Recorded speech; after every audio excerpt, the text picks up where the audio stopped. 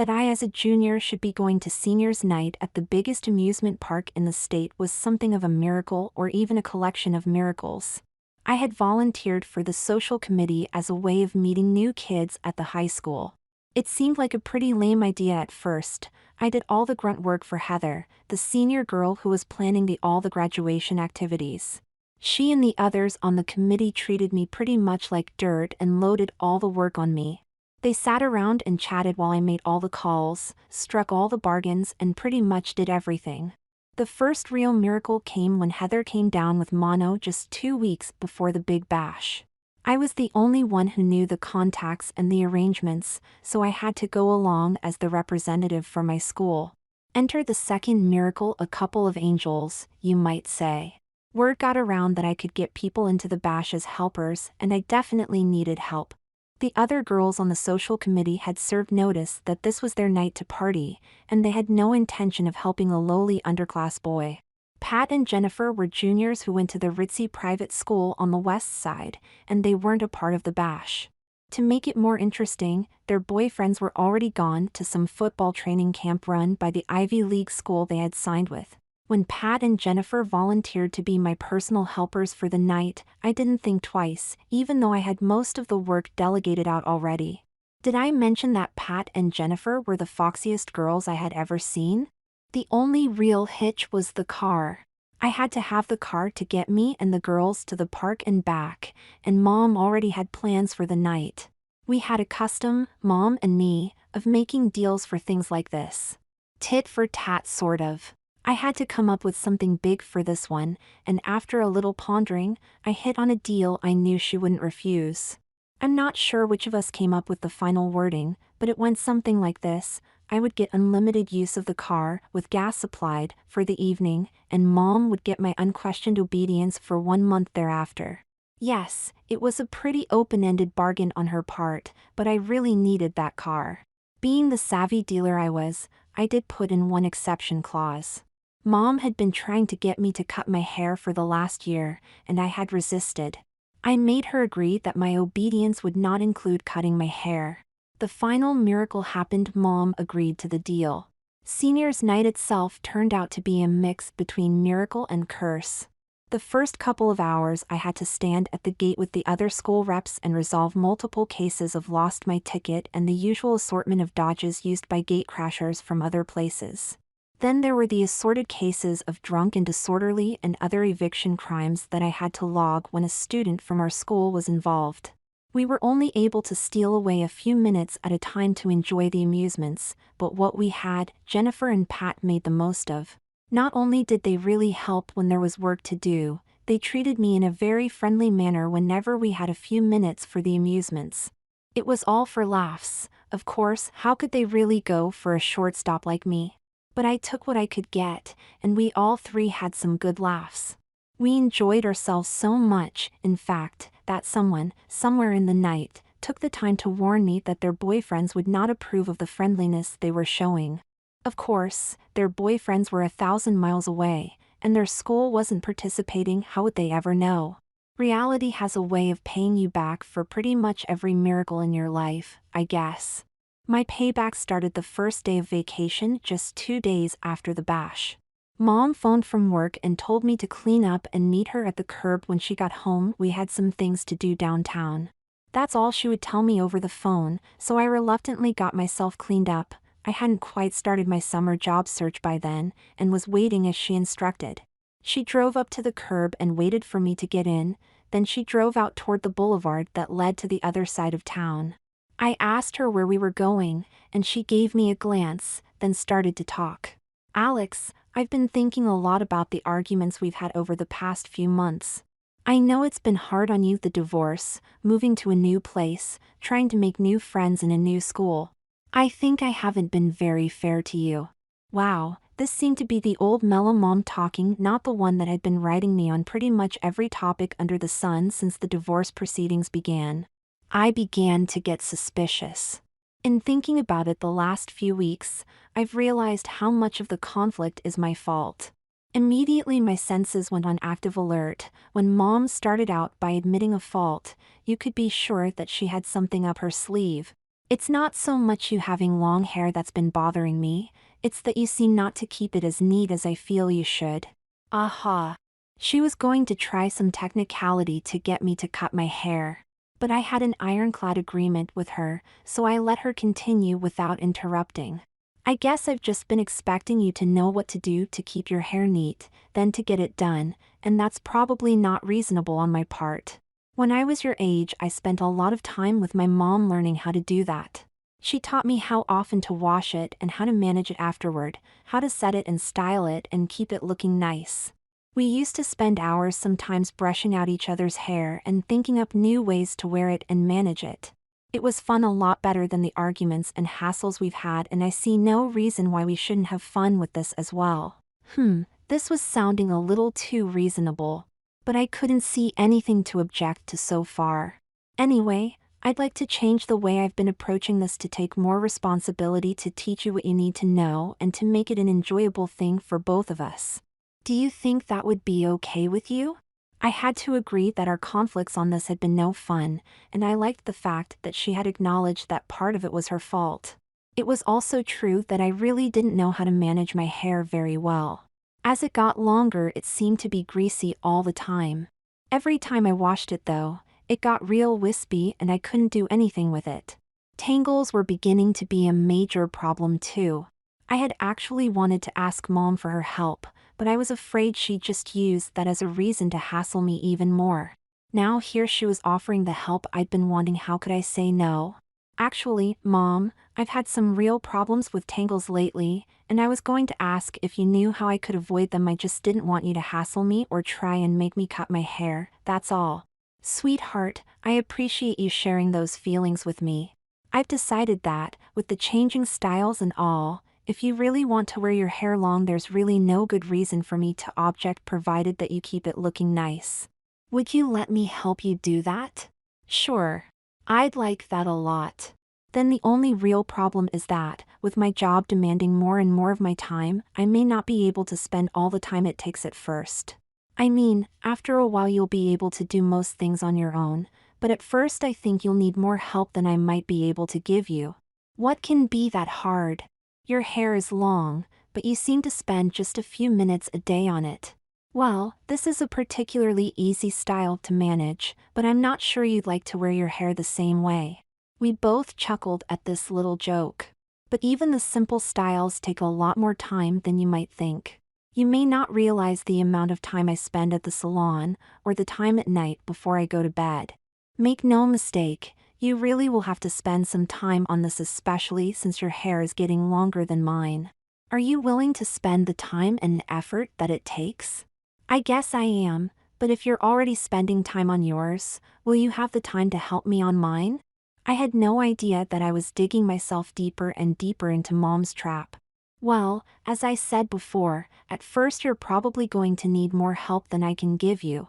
That's why I've made arrangements with Betty to help you get started. That's where we're going now. Betty was one of the first people, one of the few who had befriended us when we moved in. Someone at her new job had referred Mom to Betty's beauty salon when we first moved. Betty had not only done a great job on Mom's hair, she had become a good friend and kind of helped both of us find our way around.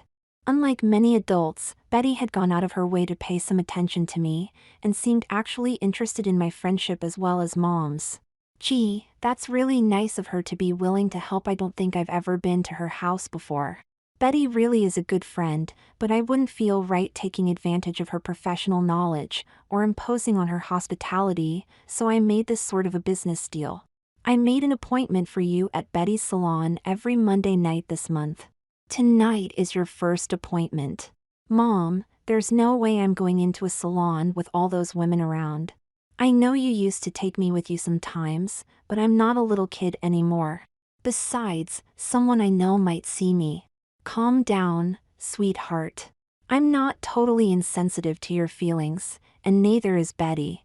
Her salon closes early on Monday night, but Betty has agreed to stay late for these appointments just so you wouldn't have to worry about other people being there. Not only that, she's giving us a half-price discount on everything she does and everything we buy. Wow, that really is nice of her. I'm sorry, Mom, I didn't mean to get upset. She had me on the defensive now, and I still had no clue of the trap she laid. You're forgiven, my dear. I do think that I've done everything I could to consider your feelings as well as my own. I want us to have fun with this, so I've tried to keep the rules to an absolute minimum, just two in fact. My suspicions were suddenly aroused again. What do you mean, rules?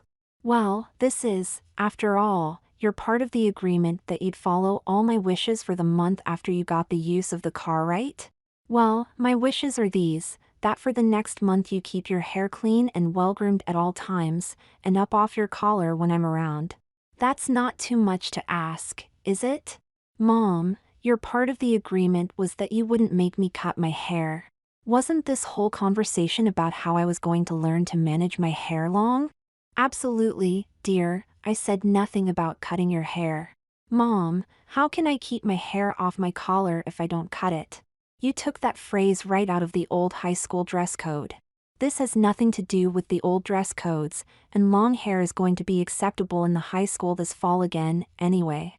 I want you to keep it off your collar as a way of learning how to truly manage your hair at that length. Betty can help you learn any number of ways to arrange it so that it's off your collar. Arrange it? You mean put it up like a girl's? Mom, you can't be serious. You're yelling again, sweetheart. I mean put it up like you have all the skills you need to keep long hair neat and attractive. Once you've done that for a month, I'll be sure that you can handle it on your own, no matter what length or style you decide to wear it. And, as I said, I'll help you as much as I can, in addition to what you learn from Betty. Now I saw the clever trap she had laid. Technically, I had agreed to follow any demand she made, though I never dreamed she'd come up with anything like this. There's no way you're going to get me to wear my hair like a girl's for the next month. I couldn't leave the house. I just won't do it. That's your choice, my dear. If that's the way you feel, just have Betty give you a regular boy's cut, and the whole thing will be over. If you really believe those arguments you've been feeding me, though, wearing your hair up shouldn't be considered any more girlish than wearing it long. And another thing, you can wear your hair any way you like when I'm not around. I can't control that. It's just when we're at home together that I want to see it up. If you really show that you've learned how to manage it before the month is over, I might ease off on the requirements. Now here's Betty's shop, and we're already a few minutes late, so hurry inside. I'll be back about the time you're finished. I have some errands to run. I looked around furtively and saw no one near who might recognize me, so I jumped out of the car, slammed the door and raced inside. I was fuming, but Betty pretended not to mind as she greeted me warmly and had me sit down in the chair farthest from the windows. From your mood, I'd guess that your mom has filled you in on her rules? She told me about her plan over the phone yesterday. I guess you're pretty upset, huh? She's laid her clever little trap for me, Betty, and she thinks she's going to win this one and get me to cut my hair, but I'll figure some way out of this. Well, Alex, I really don't want to take sides. You and your mother are both such good friends, but there is a little bit of a middle ground here, if you have the patience for it, and are really determined to keep your long hair. I'm even more determined now than I was before. Betty chuckled. I think you're every bit as stubborn as your mother. That's one of the things I like about you both. You know what you want and are willing to hang in there till you get it. Well then, down to business. I don't think you've had much practice with arranging your hair or using curlers, have you? I looked at her sideways. You've got to be kidding. I didn't think so, but I just wanted to make sure. Her tone made it sound as if she would have preferred it if I had said yes. If you'd had practice before, we could settle for a simple French roll or something that you could let down and put up whenever you wanted. You'll get good enough to do that over the next couple of weeks, but for now I think you'll need a style that will stay pretty much in place for the next few days. Friday morning is my only slack time this week. I won't be able to help you with the next step until then. What we can do is put your hair up in a style that we can pretty well cement in place, something that you'll be able to maintain with just some hairspray and pins every morning. Friday morning after your mom leaves for work you can take it down and wash it. Then if you have trouble putting it up again you can call me and I'll help you. How does that sound? I didn't mean to, but I probably sounded pretty whiny as I replied. You mean I'd have my hair up like a girl's until Friday morning? I wouldn't be able to leave the house. I'd go stir crazy. Betty kept her voice down, but there was a firmness in it that told me I was near the end of her tolerance. I know that may seem hard for you, but it's the only way I see to help you. If you'd rather, we can just call it quits and give you a regular boy's cut. Besides being embarrassed at having angered Betty, I realized I was cornered now, and I was determined to fight back. No. I'm not going to give in, just tell me what you want me to do. Betty smiled and gave me a friendly hug. Now, it really won't be that bad. I'll bet you a milkshake that when this month is over you're going to look back on this and wonder what the big deal was. I grinned in spite of myself. You have a bet, lady. Plan on a double chocolate malted. Okay, wise guy, you're on. Betty selected 2 picture albums from a nearby shelf. Now look through these books and pick a style that you like. I think pretty much any one of these will fit our needs. Meanwhile, I'll get my stuff arranged. As I began to page through the albums, my spirits sank further and further. Every model had hair piled way on top of their heads, most of them fixed up with ribbons or curls or decorated combs. Some even had flowers woven into the style. There was obviously no way I was going to get through the next few days with my dignity intact. I was going to be getting a girl's hairdo. For a moment, I seriously thought of just giving in and asking for a boy's cut. As I thought it over, I pictured all my hair lying on Betty's floor, and a shiver went through me. I had fought for the right to wear my hair long, not only with Mom and the principal at my old school, but with several guys who found out that long hair doesn't mean you're a sissy. I really felt I had a lot of myself invested in it. The last straw was when I pictured the triumphant smile that would be on Mom's face if she returned to find me with my hair cut short. I swallowed hard, then took the album over to Betty. With grim determination, I pointed to one of the styles Betty suggested as being the easiest. I had seen it on several of my female classmates the day of the prom, all the hair swept up to the crown, then arranged in 2 tiers of ringlets, one on top of the other. I thought I could see just a bit of sympathy in Betty's eyes, but she smiled cheerfully and patted the salon chair where I was to sit. Strangely enough, now that I had made the decision, I began to relax. Betty's easy chatter soon had me actually smiling and enjoying myself. As she began to wash my hair, my memory drifted back to the times when I had gone with Mom to her beauty appointments. I would usually sit in the front with a toy or comic book while the strange smells and the chatter of female voices filled my senses. Sometimes I would look over the divider and watch as Mom and the other women subjected themselves to the indignity of curlers and other strange gadgets. The women had always been nice to me, and had sometimes teased me about coming back and getting my hair done. I got butterflies in my stomach as I realized that those memories were now taking on a strange and current reality. That funny feeling in my stomach grew stronger and was joined by a tightness in my chest as Betty combed out my wet hair, separated the first strand, and wound a curler into it. But I don't want curls in my hair, Betty. Can't I just keep it straight? You curl your hair every time you wash it, Alex, whether you wear it curly or straight. Large curlers like the ones we're using give you just a little body and control. If you decide you really want curls, we'll use the smaller ones. She didn't wait for my retort. I'll just give you a set of these larger ones to take with you tonight, so you'll have them on hand Friday morning. I'll be around to help if you forget what I'm about to show you. As she put each curler in, she had me hand her the hairpins that secured them in place. After the first few, she handed me the comb. Since you're eventually going to have to do this for yourself, you might as well start learning now, I guess. It took almost an hour, and my arms were aching, but I finally began to get the hang of things, sectioning out a strand of hair, winding the curler down and pinning it in place. Betty taught me a little about which way to wind the curlers and where to position them to get the effect we were trying for. When we were finally finished, Betty wrapped my head with a net and led me to one of her dryers. I looked ridiculous, but no more so than any female I had seen under the same circumstance.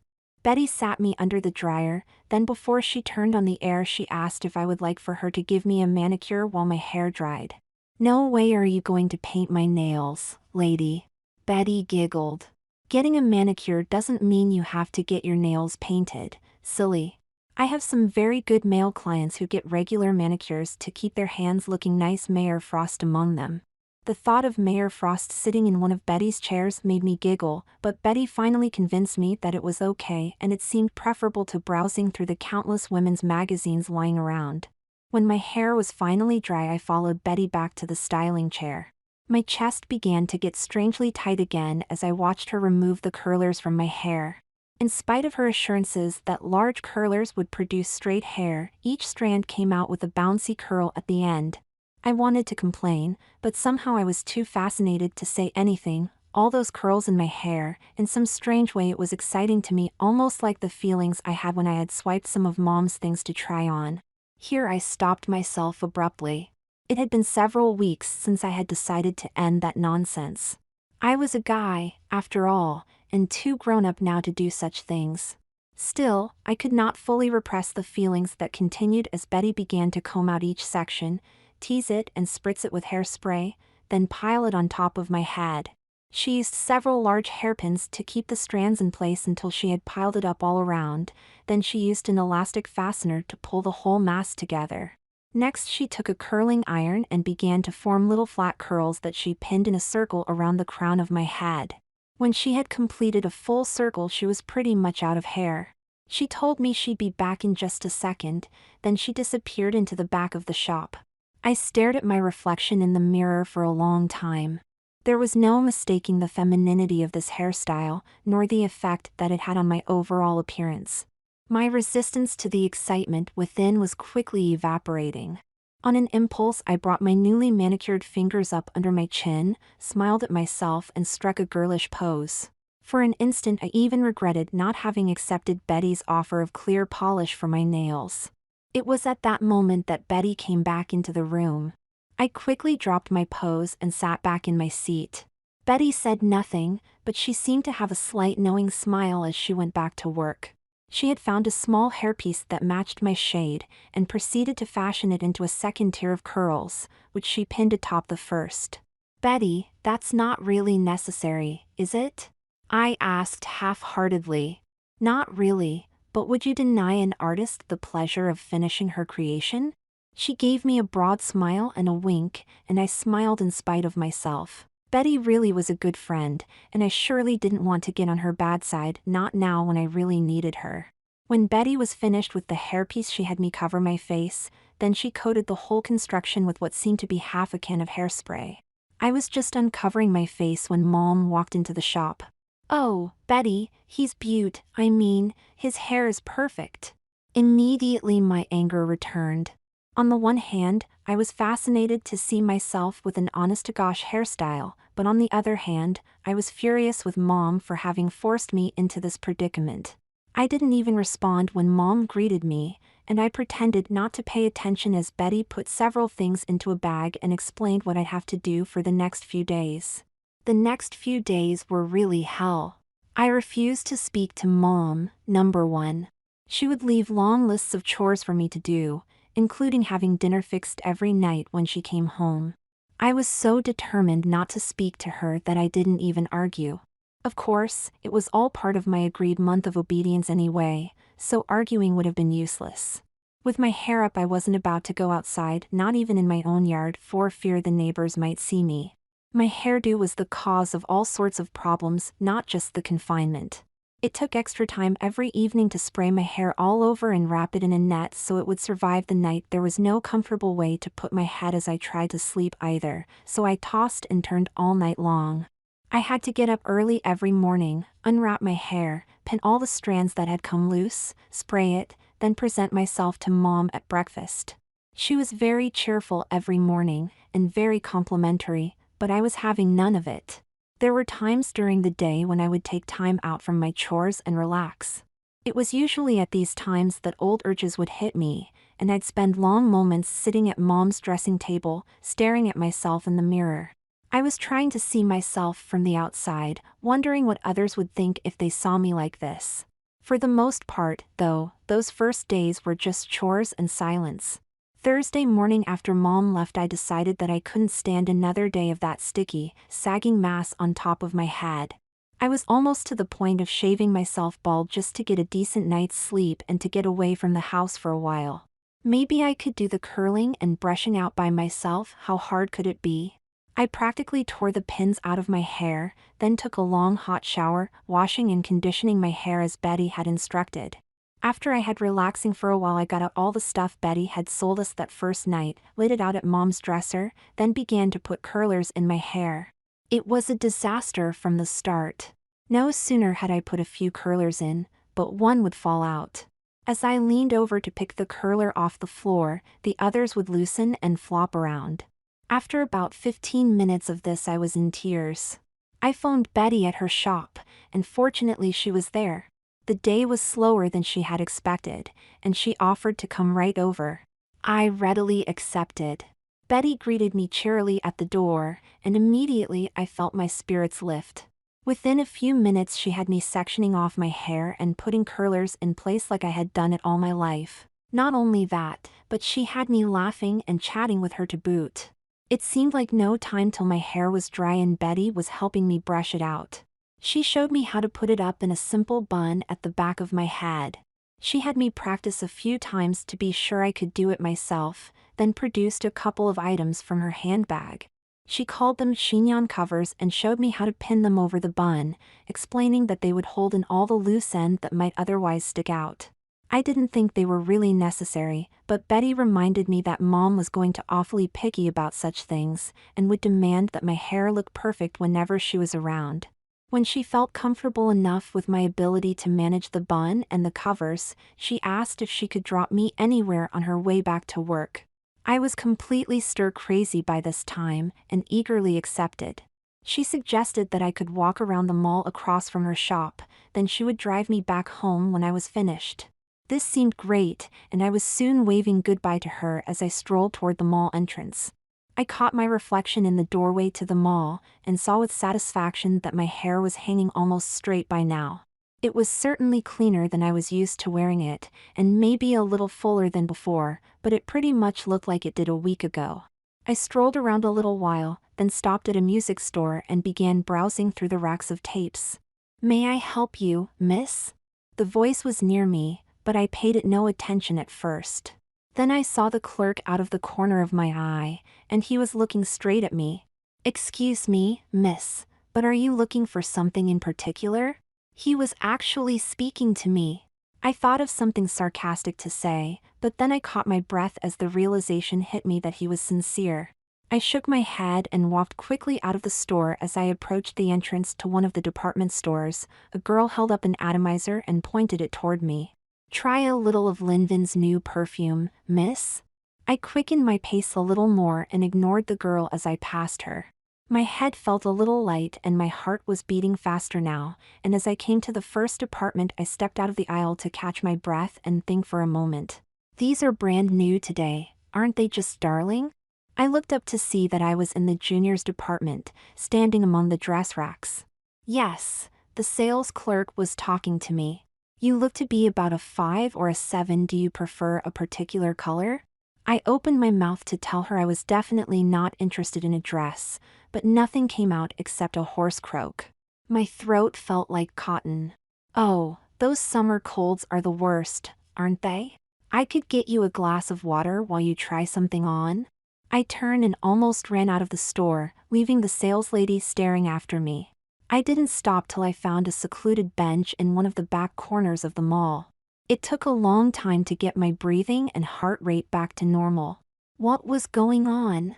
It was true that I had often been mistaken for a girl as I grew up, especially when I wore a hood or cap, but that was mostly in the past. Relatives still called me babyface sometimes, but only the grown-ups who ignored my reactions to the name. It was true that I had been teased several times since I started letting my hair grow long, but that quickly stopped after the first couple of fights. I was small and thin for my age, but I was very wiry, and I had developed a reputation for having a quick temper and an ability to back it up. This was different, though. These people weren't teasing, they were being polite. For some reason, 3 people had just mistaken a teenage boy for a girl. I carefully examined my reflection in a nearby store window. I was wearing loose jeans, a baggy shirt and white tennis shoes, so that wasn't much of a factor one way or the other. It had to be my hair. Maybe it did turn up a little at the ends, and it did feel a little fuller, but was that enough to make a difference? Somehow, with the subtle effect of the washing and conditioning and the curling, something had changed. It was like I had crossed over some invisible line that changed the way people saw me. I had to talk to someone about this, and Betty was just across the street. I saw Betty chatting with one of her clients, so I walked quickly past the desk without speaking to the receptionist. "Excuse me, miss, but you can't go in there without Betty. I'm sorry to interrupt you, but I have to talk to you right now," I whispered. Betty excused herself and led me into her office, closing the door behind us. "Alex, you look like you've seen a ghost. What on earth is wrong?" I quickly explained my experiences of the past few minutes. "Well, I guess I can understand your feelings, but I must say I'm not really surprised. I know how sensitive you are about this, Alex, but you have very fine features, and a really pretty face. With your hair as long as it is, and now looking so nice and well kept, it's only natural that people see you that way." I took a moment to digest this. In so many tactful words, Betty had just told me you look like a girl. These were the same words that had caused more than one bloody nose among my peers, but Betty was a grown-up, and what's more, I knew that she was sincere. "But, Betty, what can I do about it? What do you want to do about it?" I was totally confused by now, and frustrated. Betty seemed to understand, but she wasn't being very helpful. I just sat there with a blank look on my face. What could I do? I could cut my hair, but that would be surrender out of the question. More than that, I really did like wearing it long.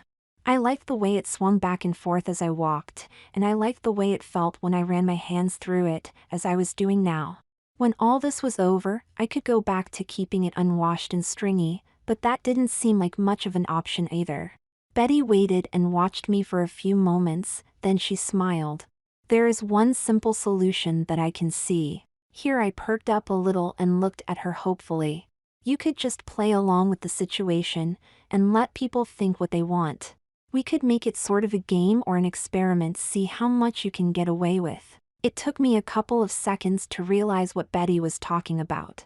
"You mean, pretend I really am a girl? Get serious, Betty." "Why not, Alex? It might be fun, seeing how many fools you could fool." "Yeah, until the first fool figured it out and told everyone else. Then where would I be?" "Well, there is that risk, I suppose, but I think it's rather slim. Especially since you know so few people around here anyway." I just looked at her skeptically. "I tell you what, let's try a little experiment. I'll bet you that I can take you out shopping right now, as my niece or something, and that not one person will guess our secret."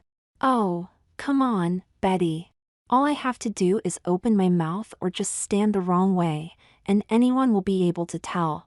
You may not believe me, but there are thousands of girls your age that have a deeper voice than you. Anyway, you can let me do all the talking, if you like. What do you say? Shall we lay another double chocolate malted on the line?" At first I couldn't believe that Betty was really serious, but the more I thought about it, the more curious I became. I had always wondered what I would look like as a girl, and now it seemed like I was going to find out. Why not let Betty help? Besides, she had challenged me. I always liked a friendly wager. "Okay, Betty, you're on. But I don't have to wear a dress or anything, do I?" "Not if you don't want to, dear." She paused, as if I needed to respond to her implication. "I will need to do just a little fixing up, though. Sit over here at my desk and I'll be right back." Betty stepped out of her office for an instant, then came back with a brush and some other things. "Now, I'm just going to put your hair up like we had it this morning." She began to brush my hair back, talking as she worked. "But we'll brush it back over your ears, to soften the look a little more." When she finished, she opened her purse and then took my chin in her hand. "Now look down for a moment, that's it. Now look at the ceiling, try not to blink. Very good, now look down again." I felt little strokes at my lashes and over my eyelids, and figured out that she was putting some of her makeup on me. I started to pull back, but she tightened her grip on my chin. "Not yet, Alex. Let me finish, then you can see what you think. Now part your lips a little, that's it." A heavy sweet taste filled my mouth as she ran a brush around my lips, then filled in. "Now rub your lips together, that's it. Now blot. Now part your lips again." The taste was almost like raspberries, and for some reason it set off a powerful surge within me. My chest got so tight I could hardly breathe, and there were other feelings I didn't even want to think about. Memories of those salon trips and visions of Mom's lingerie drawer began to pass quickly through my mind. It was all I could do to bring myself back to reality. Betty flicked the brush across my cheeks, then smudged at them with her fingertips. "There, now you can take a look in the mirror. What do you think?" She wheeled the chair around so it was facing the full-length mirror behind her door. When I stood up I was so dizzy I had to hold onto Betty's arm to keep from falling over. The body in the mirror was definitely mine, but there were subtle differences in the face. The darker eyes, the pink cheeks and lips, it was still my face, I guess, only pretty. Wow. It was all I could say while I tried to make myself breathe normally again. "Well, young lady, are you ready to loose that bet?" I made a wry face at her, but I couldn't get my legs to move. Betty took my hand, interlacing my fingers with hers, and led me out the door. "Come on, this is going to be fun. Grace, I'll be out for an hour or two, but I'll be back before Mrs. Valles comes in for her appointment." The receptionist nodded at Betty, then made a face at me when Betty looked away. I couldn't resist making a face back, and for some reason that gave me a little more courage for what I was about to do. I lost the bet. During those 2 hours we visited almost every ladies' shop and department in the mall, and no one even hinted that I might be a boy. At the first couple of places we just walked through, and Betty talked about the latest fashions and styles, color combinations, and good accessories. I realized later that she was giving me time to adjust to the situation. No one we passed had anything more than a smile for me, though a few people recognized Betty and said hello. I began to believe that I was actually passing as a girl. Betty quietly pointed this out to me several times, reassuring me that this was going to be a breeze and a lot of fun. At the next shop we stopped to browse among the racks of women's clothes. Betty held out several things that she liked and asked my opinion on them. Subtly, she drew me into the swing of things, and soon I was laughing and chatting along with her. Several times Betty complimented me on my taste and my eye for fashion, and I began sharing my opinion on everything from fabrics to jewelry. We went into some shops where Betty was well known, and she introduced me as her niece from out of town.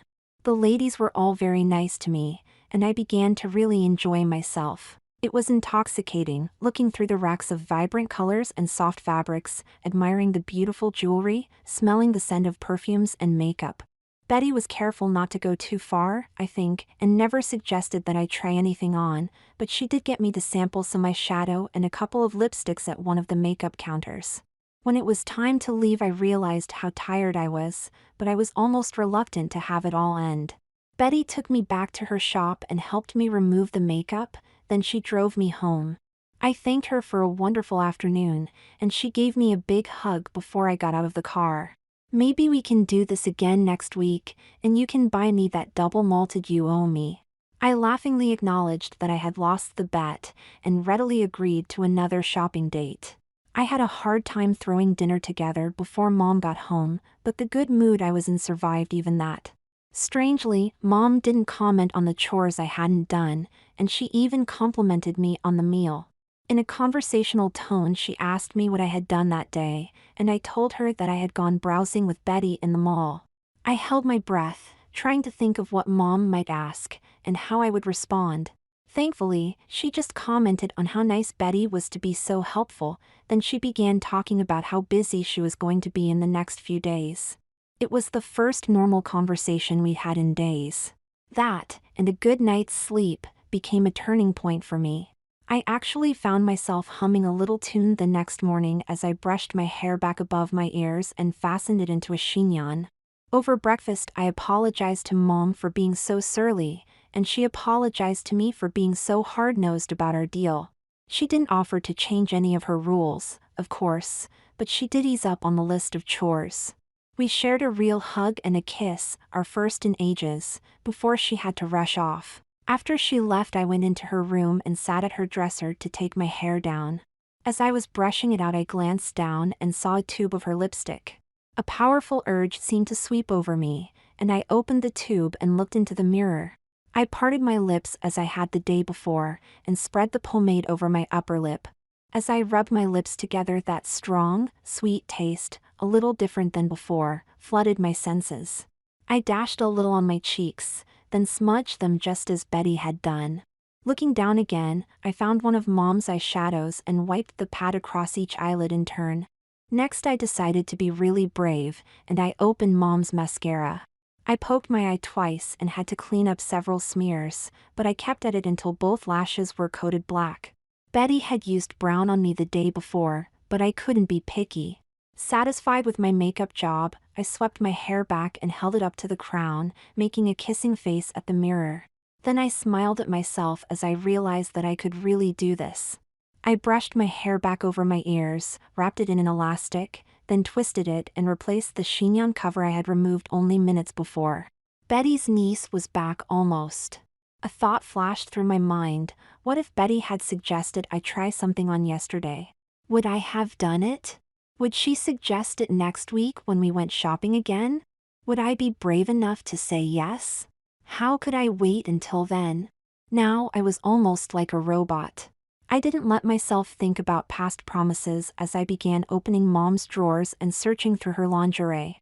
I found one of her half-slips and rubbed it against my face as I had done so many times before. Still not allowing myself to think about what I was doing, I took off all my clothes and dropped them in a pile. I took out a pair of Mom's panties and pulled them on, then stepped into the half-slip.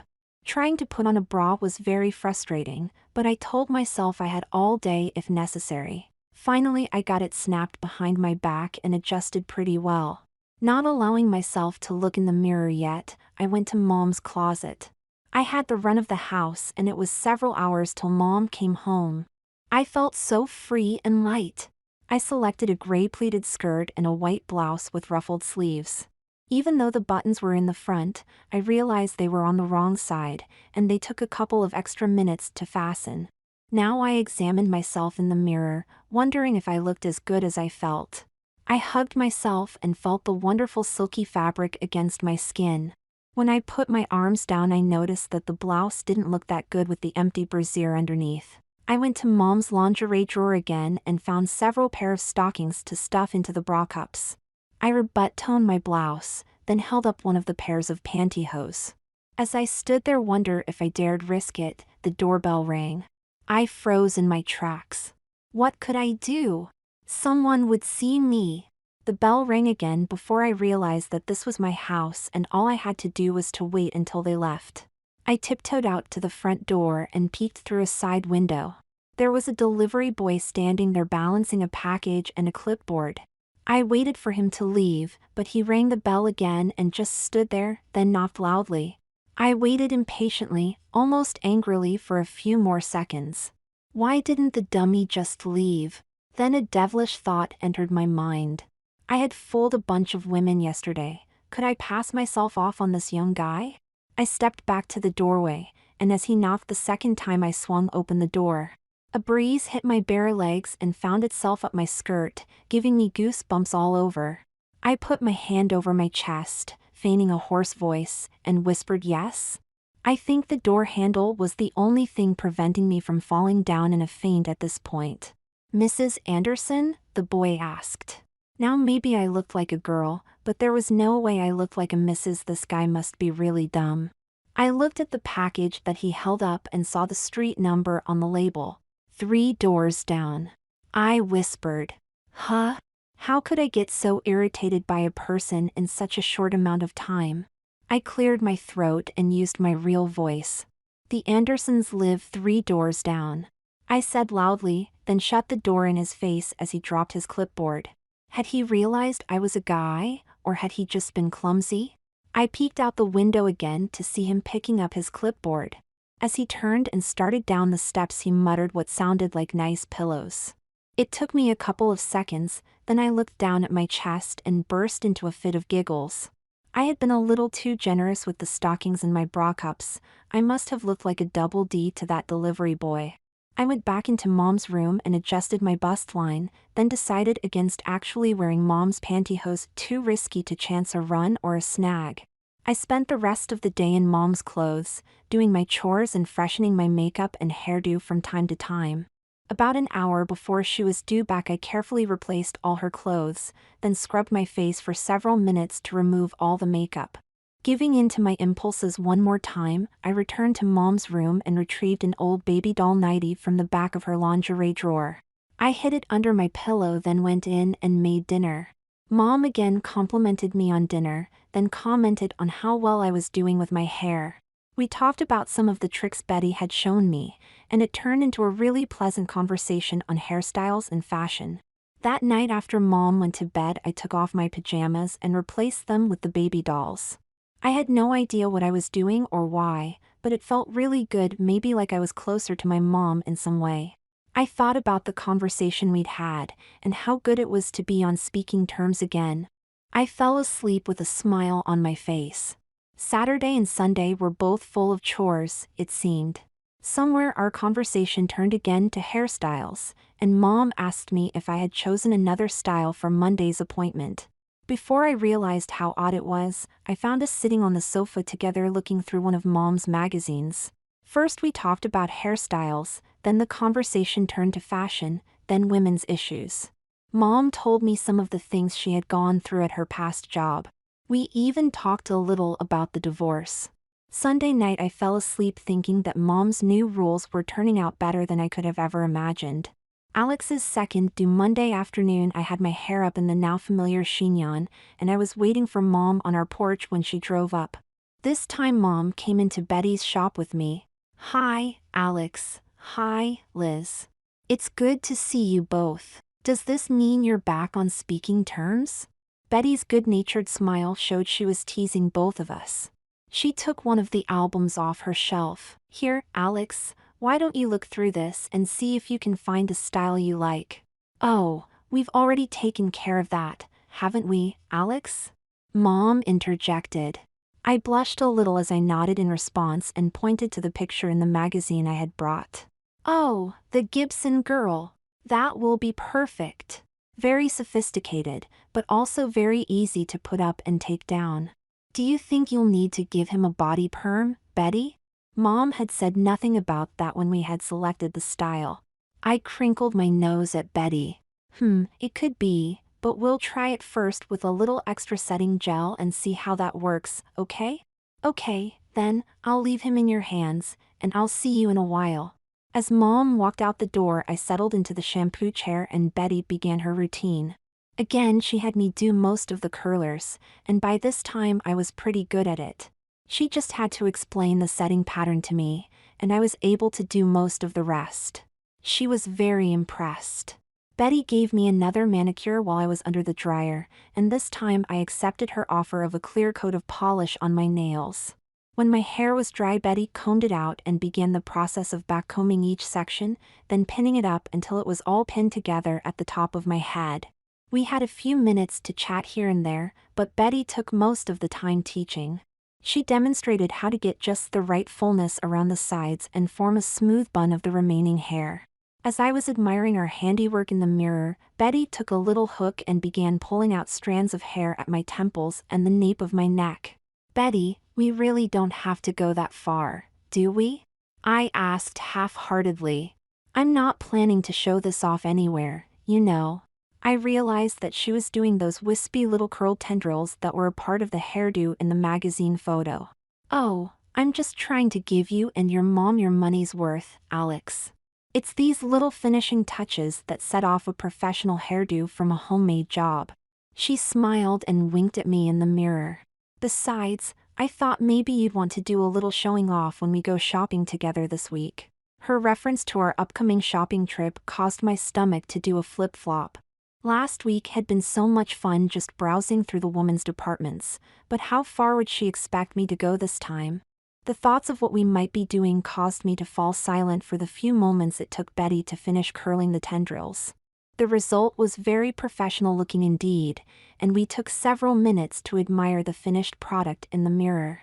A little voice in the back of my mind told me I shouldn't be getting this much enjoyment out of making my hair look so feminine, but I couldn't help myself. Next, Betty had me practice twice taking the whole thing down, brushing it out, then backcombing the sections and reconstructing the style from the beginning.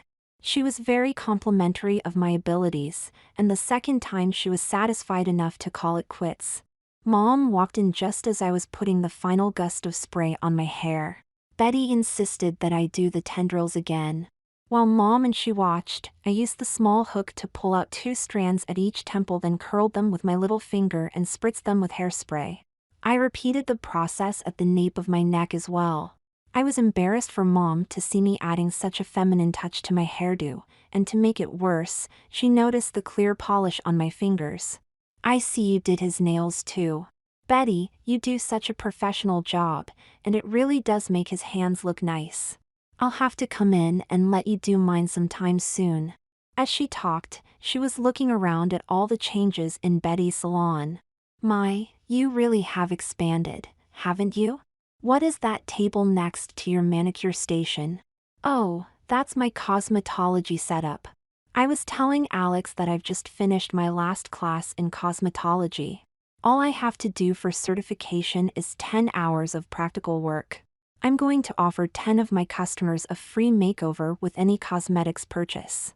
That should do the trick, and it will start to bring in a lot of extra revenue. I could really use some help on updating my look. Maybe I'll come back when you have some time and try to be one of the lucky 10.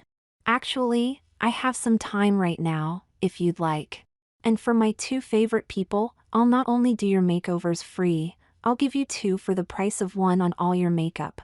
"Betty, that's so sweet of you. What do you think, Alex? We don't have anything else planned for tonight, do we?" She asked it casually as she patted an imaginary hair into place above my ear.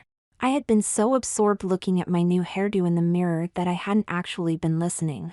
Was she actually suggesting that I get my makeup done along with hers? I glanced at Betty and she was looking right at me with a knowing smile. After our adventure the previous week, I couldn't very well pretend that I wasn't interested in wearing makeup. On top of that, it was actually Mom who was suggesting it, but did she really mean that she wanted me to get a real makeover? I swallowed real hard and tried to be non-committal.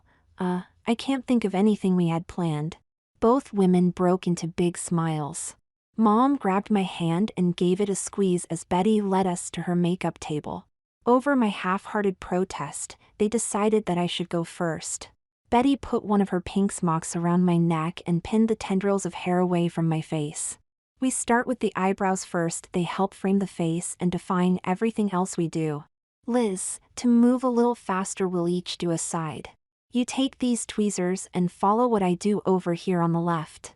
I was certainly not expecting to get my eyebrows plucked, but I figured they'd only be doing a few stray hairs. Betty started out that way, by doing a little, then Mom would follow. I began to get concerned, though, because they kept at it. When it seemed as if they were finally through, Betty would tweeze just a little more to get it even. Then Mom would have to do a little on the other side. When they finally finished and sat back to take a look, I gasped. Where my rather full eyebrows used to be, there were now 2 very thin arched lines high above my eyes. It seemed to have changed my face completely, and I was hit with the exciting and terrible realization that I had very clearly crossed a line. Without even a touch of makeup, I now had a girl's face. I was suddenly sure that, until my eyebrows grew back, I didn't have to worry about passing as a girl. I probably couldn't pass as a boy. I probably should have gotten angry, or at least protested a little, but I was too stunned. Besides, it was already done, and a part of me was really excited by what I was seeing in the mirror. Mom and Betty seemed not to notice my surprise and didn't even ask me what I thought. Betty stroked a pencil across what was left of my eyebrows. Now we'd be very conservative on the makeup for daytime, especially for Alex, but let's do a full nighttime makeover for each of you, then you'll see the full effect of the colors we chose. Without waiting for a response from either of us, Betty selected a dark shade of brown to line both my upper and lower lids, extending the line out past the corners in kind of a delta. They began selecting the colors for my eyeshadow, and they drew me into the conversation as if it were the most natural thing in the world. I tried to go along with the mood and I expressed some preferences, but every time the mirror caught my eye, my chest would draw a little tighter. With every stroke of those makeup brushes, I was becoming a different person, a different and very pretty person. They did my eyelids in 3 colors of shadow, then applied a cream blush to my cheeks and a red pencil and brush to my lips. By the time they had finished with my lipstick, I could hardly breathe. They leaned back to give me a full view of the mirror and asked me what I thought. In truth, what I saw in the mirror was beautiful, but how could that delightfully pretty feminine face belong to me? I hesitated for a moment and put my hand to my face, just to be sure it really was me. I finally picked what I thought was a comment that covered my real thoughts. Maybe just a shade lighter lipstick, don't you think? Betty agreed with this observation, so I wiped off my lips with a tissue, and Betty lined and brushed my lips a second time. Betty pulled the hairpins from the tendrils and adjusted them over my forehead, then the 2 ladies spent several minutes turning me back and forth, admiring their handiwork and paying me all sorts of compliments on my appearance. I was too fascinated with my own image to know how to respond, so to draw the focus away from me I guided Mom to the makeup stool. "Your turn now, Mom, and I get to help Betty this time." That seemed to be all it took, and we were soon gaily conspiring over color selections for Mom's eyes and lips. It surprised me that they took some of my suggestions on colors and shades, and it seemed to make a difference. When we were finished, Mom looked 10 years younger. It had been a long time since I had paid her a compliment, and when I told her how pretty she looked, she got tears in her eyes and gave me a big hug. "So do you, sweetheart," she whispered sincerely.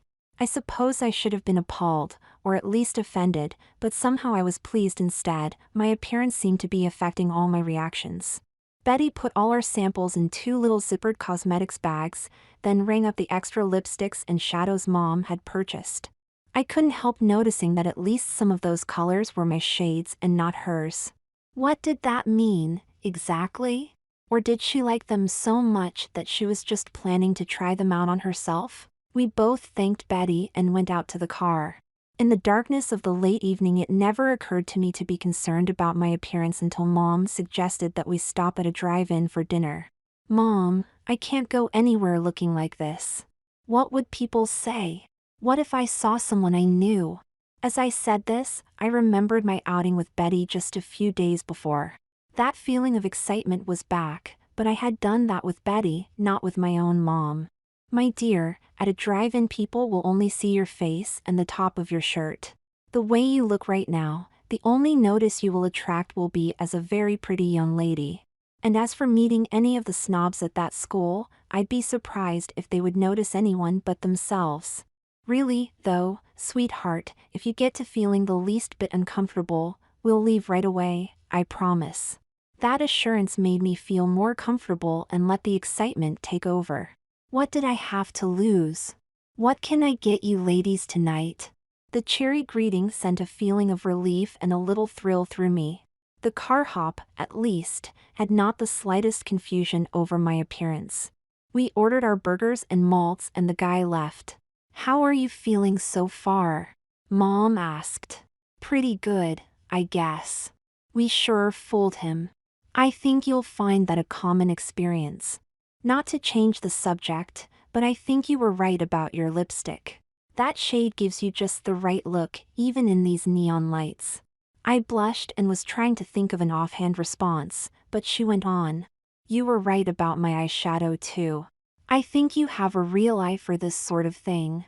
Now I knew she was teasing. "Oh, cut it out, Mom." "I'm not teasing, sweetheart, I'm serious," and Betty said the same thing. Some people just have an eye for colors and textures, and you're one of them.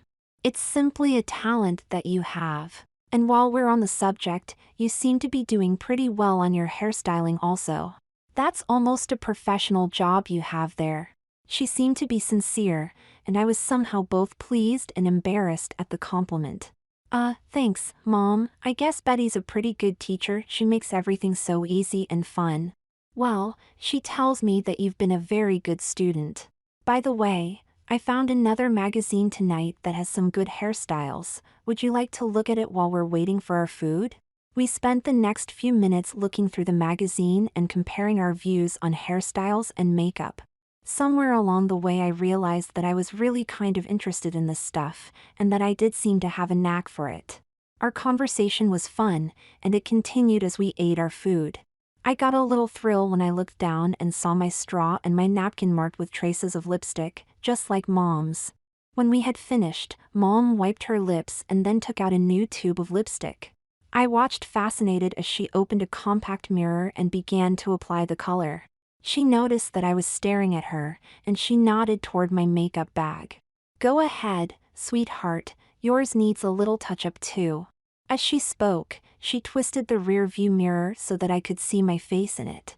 It was an electrifying moment for me. I selected a tube from my makeup bag and took the top off. As I twisted the base, I looked into the mirror, then lifted the tube to my lips. As that full, fragrant taste entered my senses for now the fourth time, I knew that I wanted to do this all the time. I loved the smell and the taste and the velvety smooth feel of the pomade, and I loved seeing the bright color on my lips. Mom seemed to sense the feelings I was having, and she smiled and gave me a quick hug. It is kind of fun, isn't it? All my inhibitions were defeated for the moment. I smiled at her and nodded my agreement. As I took a second look in the mirror, I suddenly froze. There was a car pulling in next to ours, and who should be driving but Pat, with Jennifer in the front seat. I sank down as low as I could in my seat and pleaded with Mom to get us out of there. Fortunately, the car hop had just come up to take the tray, so Mom started the engine immediately and hurried out of the parking lot. The way I was sitting, I couldn't tell whether Pat and Jennifer had seen me or not, and I didn't dare sit up to take a look. How foolish could I have been? Probably the only two girls in the whole town who had even given me the time of day, and now that might all be ruined. Those girls didn't exactly have a reputation for discretion either. This could get all over town in a hurry. Whatever small hope I might have had for a normal existence in this town was now ruined. I was disgusted with myself and angry at Mom for forcing me into all this. Mom made a couple of tries at conversation while she was driving, but I made no reply. Suddenly she pulled to the side of the road and turned off the engine. Look, Alex, she said, turning in the seat to face me, I know you're very upset, but I think it's time to get a few things out in the open.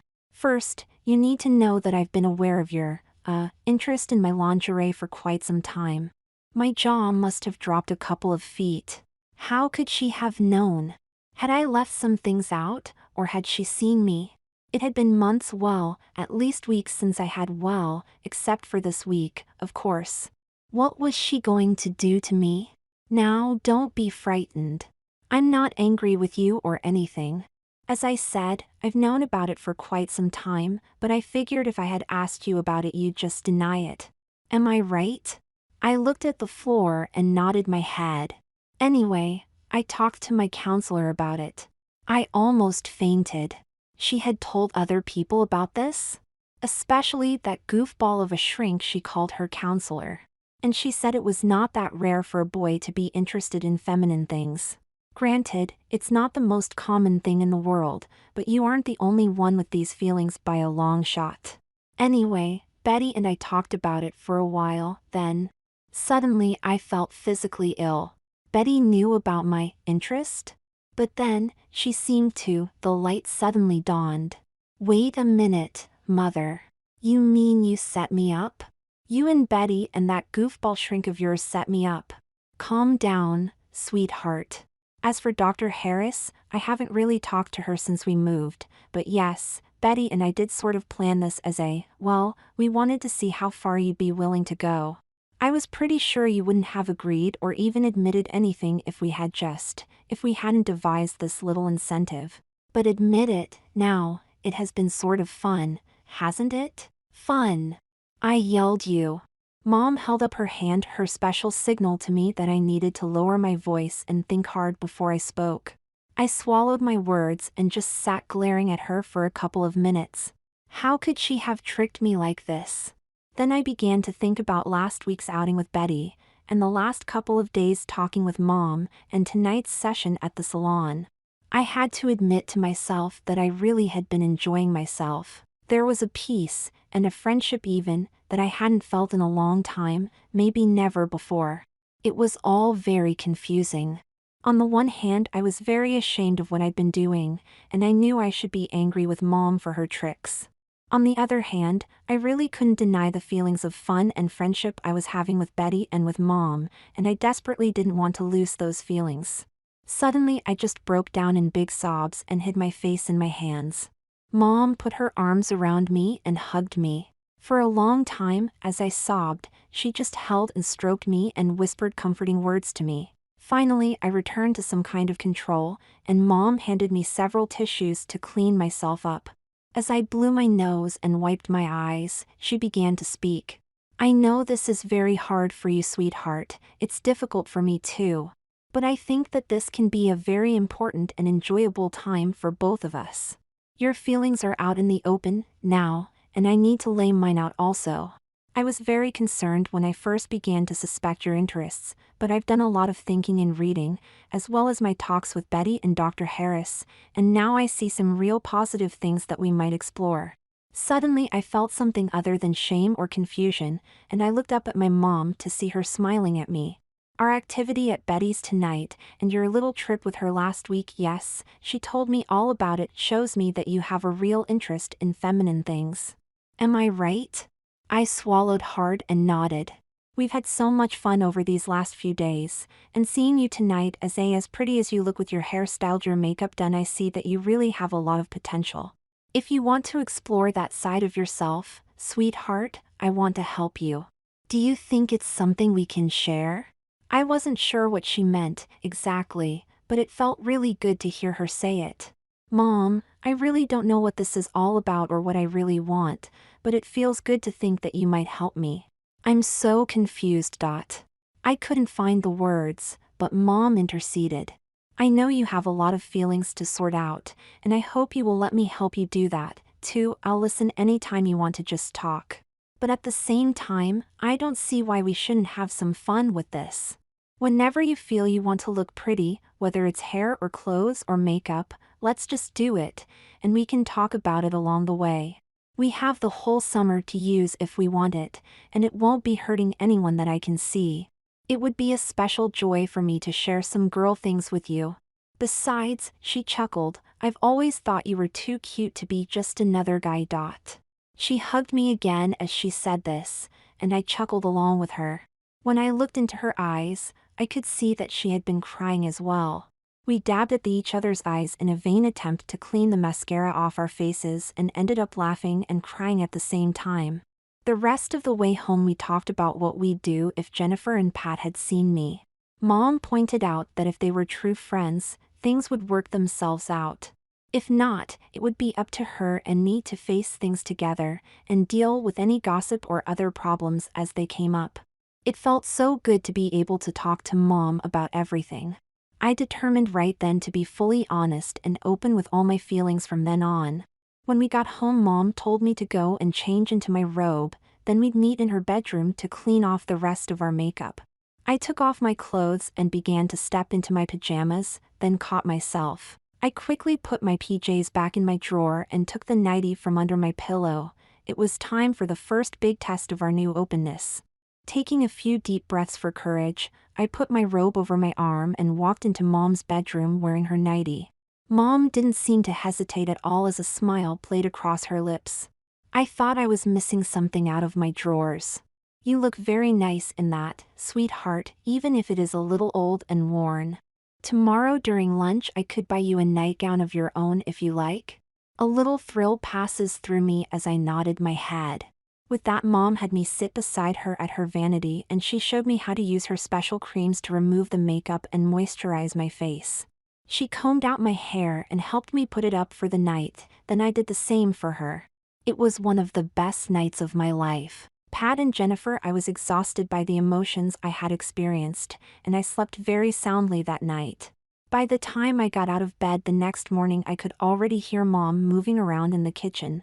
I hurried to take the curlers out of my hair and get my hair styled before breakfast, but I only had 2 sections pinned up before Mom knocked on my door. "You don't have to bother putting your hair up this morning, sweetheart. I just remembered I have to be at work early today, so I'm headed out the door. You'll have to get your own breakfast. Just do your regular chores, and I'll see you tonight."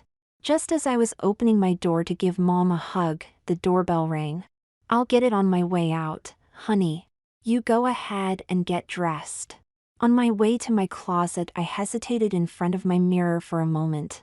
A part of me still wanted to put my hair up and try some of my new makeup. As I stood there, I heard Mom open the front door. "Hi, Mrs. Howell. Is Alex here? We need to talk to him." My heart almost stopped as I recognized Pat's voice. Surely Mom would figure out some story and send them away. She was pretty quick on her mental feet. "Hi, Pat." "Hi, Jennifer. Come on in, he's just getting dressed." "I have to go, but he'll be out in just a minute." "Alex, honey," she called, "Pat and Jennifer are here." With that, I heard the front door close. I couldn't believe Mom would do this to me, make me face Pat and Jen so soon after last night. I grabbed my pants off the bed and put them on, then threw a shirt over my nightie and tucked it all in. As I was trying desperately to button the shirt, I glanced in my mirror and realized I still had the back of my hair pinned up. Meanwhile, the girls weren't content to wait for me in the living room. They pushed open my door just as I pulled the last pin out of my hair. "Hey, Alex, we can't wait all day for you. We have a real situation we need to tell you about." As Pat caught sight of me, she stopped speaking and just looked me up and down. Jennifer pushed past her and came over to where I was standing by the mirror. "I told you that was Alex last night," she exclaimed. "Look, he still has traces of mascara on his lashes, and look at his eyebrows." She was almost shouting. I collapsed onto the bed and hid my face in my hands. I knew the rest of my life was over at this point. Pat sat beside me on the bed and took my hands in hers. "I'm sure there's some kind of explanation for all this, Jennifer. It's not really any of our business, I suppose, but do you want to tell us about it, Alex?" I took some comfort in Pat's mild tone, and I tried my best over the next few minutes to explain to the girls about my bargain with Mom and the trick she had played on me. Pat seemed to understand, but Jennifer just stood there with a sarcastic look on her face the whole time. When I fell silent for a moment, she let out a disgusted sound. "That all sounds so innocent, but how do you explain this?" She pulled at a piece of pink ruffle that was peeking out from under my shirt. "I think our little friend is a queer, Pat. After the friendliness we showed him at seniors night, too. We'll never live it down. Are you a queer, Alex?" Strangely, Pat came to my defense. "Jennifer, just back off a little, would you? How Alex dresses for bed is his own business after all, unless you're planning to add him to your list of conquests." I was stung a little by the irony in her tone, though I sensed it was directed at Jennifer and not at me. "Besides, we need his help right now, or did you forget?" Jennifer took a step back from me and sat down on a convenient chair. Pat continued to talk. "Alex, we just got word that our boyfriends found out about seniors' night at the park." This was not good news, but my mind brought back images of that night that almost made me smile despite myself. Jennifer, in particular, had been drinking a little, I think, and had become particularly friendly in the later evening. "You remember on the boat, just before the tunnel, when I looked back and thought I saw someone I knew? Well, the next day one of the girls from our school, Alice is her name, and she's Bill's sister." Ouch! Bill was Jennifer's Neanderthal boyfriend, and the thought of his jealousy wiped away any inclination to smile.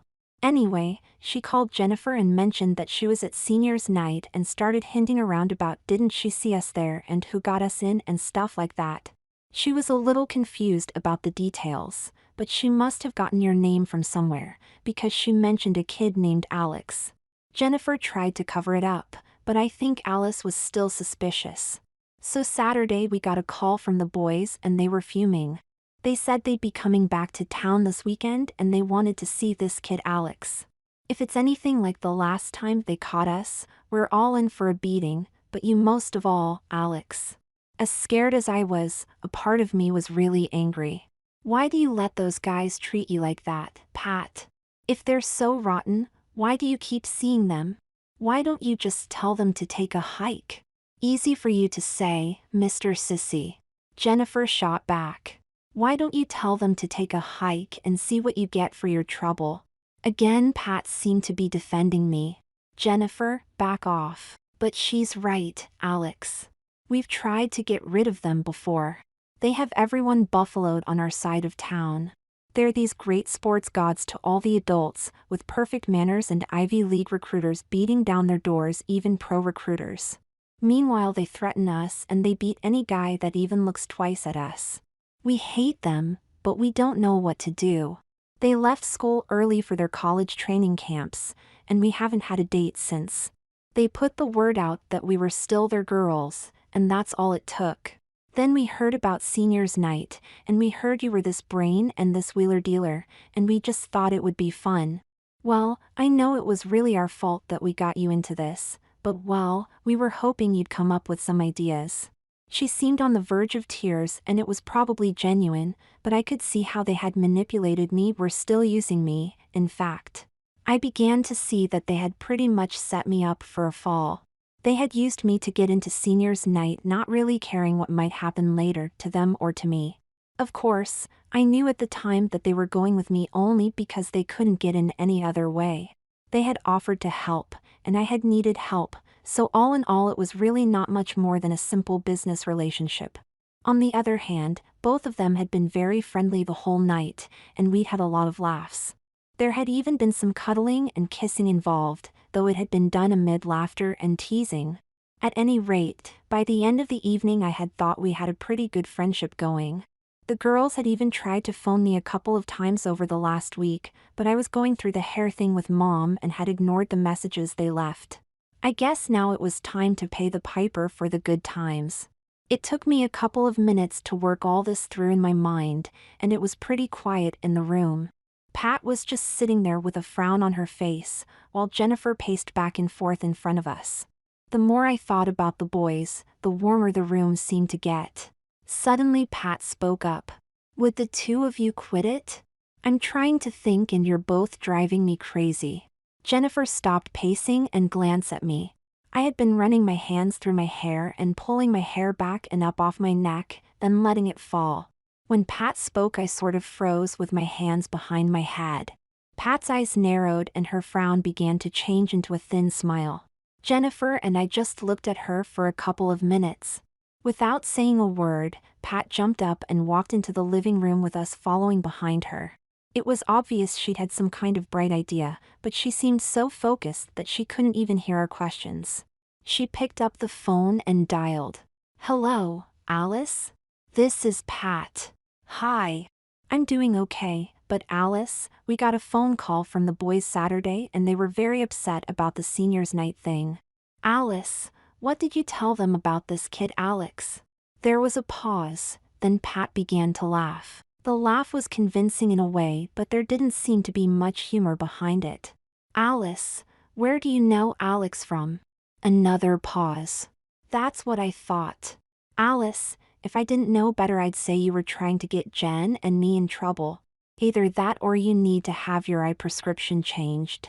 Alex will be a little upset when SHE finds out you mistook her for a guy. I don't think the boys will find it too funny either. Pat glanced up at me when she said that. I had no idea what was going through Pat's mind, but I didn't like what I was hearing. That's right, Alice, that was a girl you saw with us on seniors night. She paused to listen for a minute and her smile turned to a frown. Are you serious? Look, even if we weren't already spoken for, do you think we'd both be dating the same guy at the same time? Yes, she was wearing a tie and blazer, but that was because she was one of the officials. Actually, all the other officials had been pretty casually dressed, but I had wanted to make a good impression on my dates. Alice, you sound like you don't believe me. Well, maybe we'll just have to do that, Missy, but meanwhile I think you'd better call your brother and straighten the whole thing out. She had raised her voice a couple of notches on that last sentence, and she slammed the receiver down as she finished speaking. The fact that she still had a frown on her face indicated that things hadn't gone as she'd planned.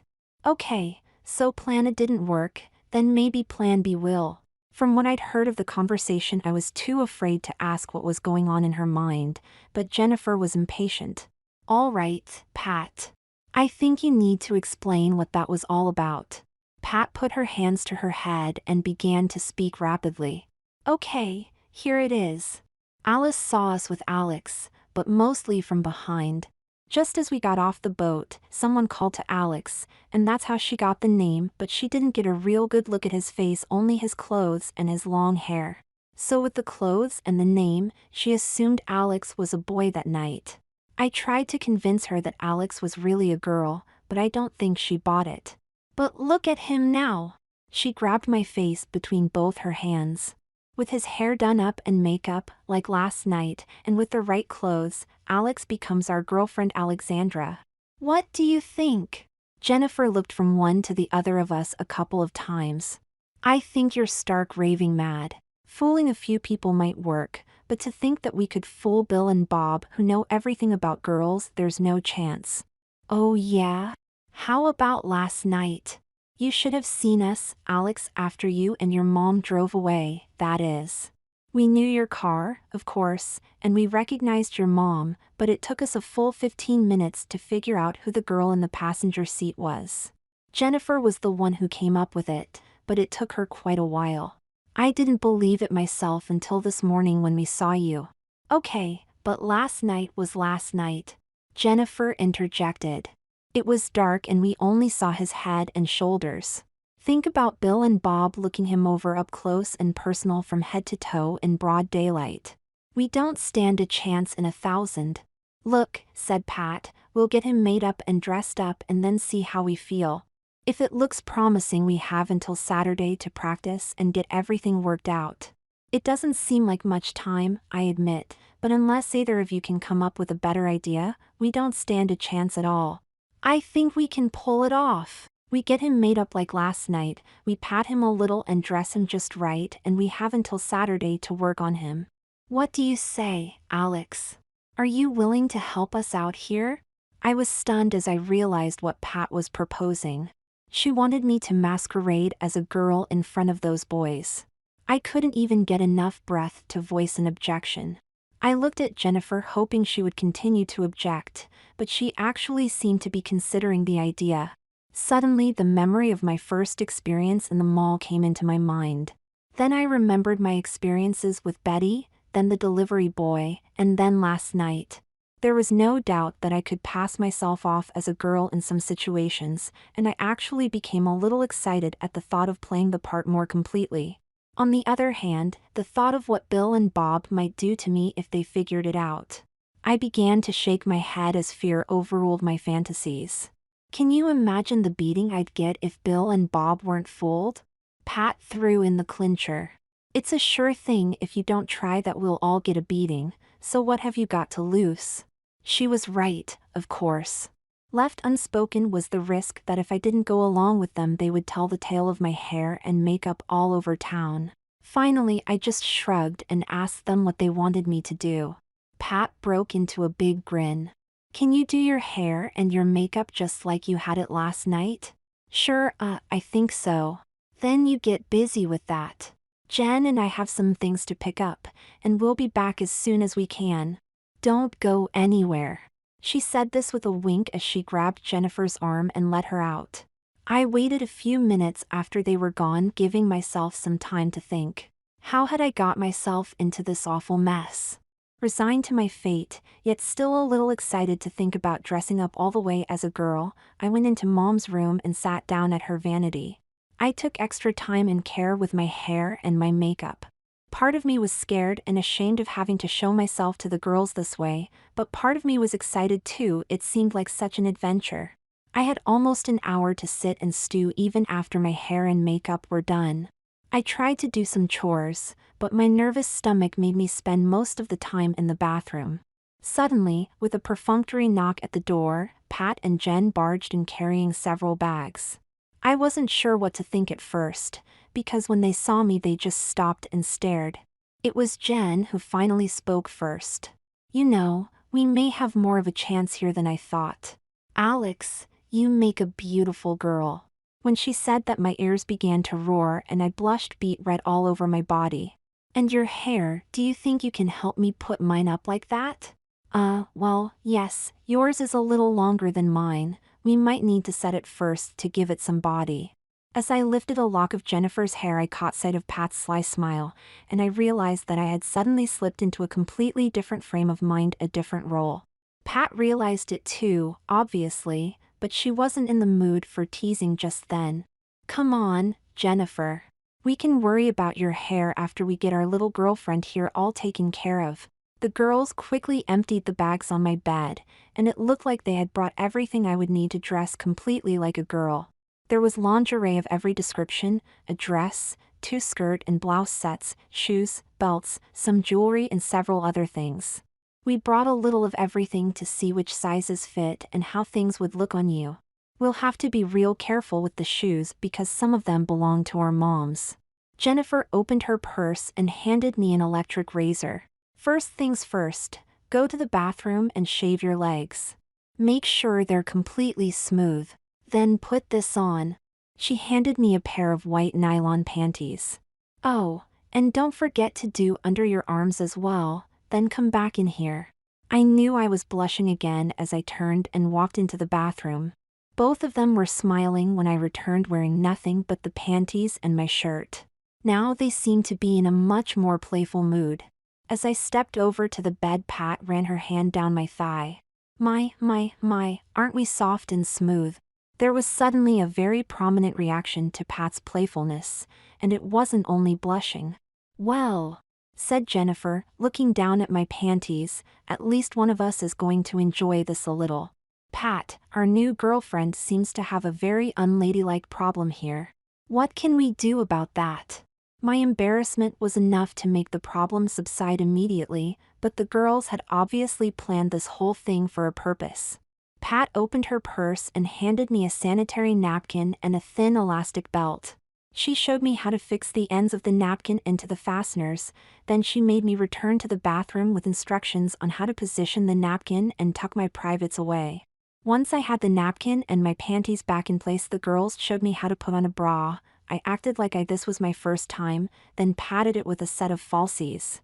A garter belt was next, then I experienced the fantastic feel of stockings being drawn over my baby smooth legs. I was grateful at that moment for the sanitary napkin that was hiding and restraining another reaction.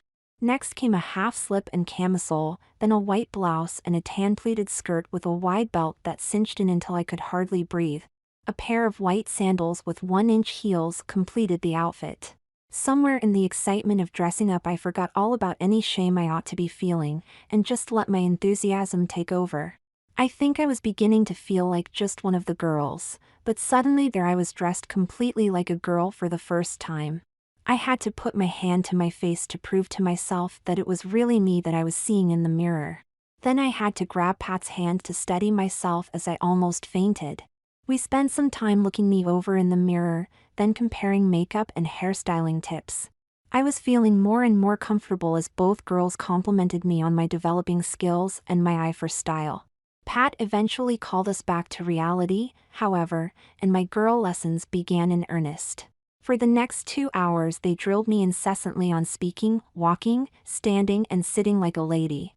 We took a break for sodas, and then Jennifer insisted I put her hair up in a Gibson girl like mine. This led to some discussion of what I had been learning at Betty's, and before long we were trading more makeup tips and putting Pat's hair up into a French roll. Eventually we all realized how hungry we were, and the girls had no trouble talking me into lunch at our local mall. The girls were from the other side of town, so it was a pretty safe bet that they wouldn't be spotted, and by this time I was feeling pretty confident that no one would recognize the old Alex behind my new and beautiful disguise. We spent the rest of the afternoon going from one trendy store to another. Along the way Jennifer used her dad's credit card to buy a few extras she thought I'd need: a purse and some more shoes, some jewelry and other accessories. It was early in the evening when we finished and the girls decided that it was time for another test.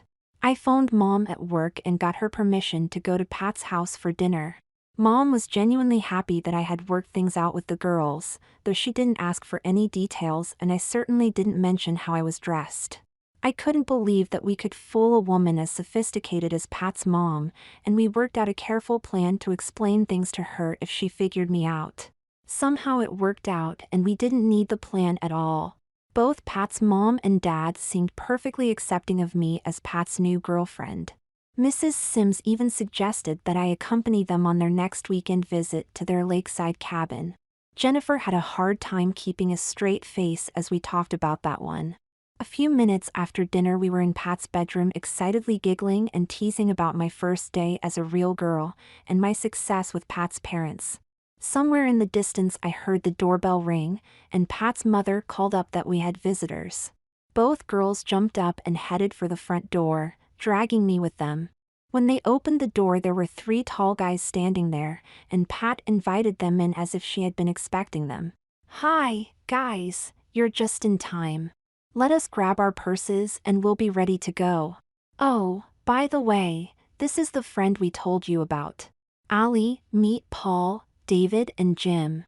They all said hello in unison, and I blushed and only managed a feeble hi. My knees were so weak I barely made it back to the bedroom.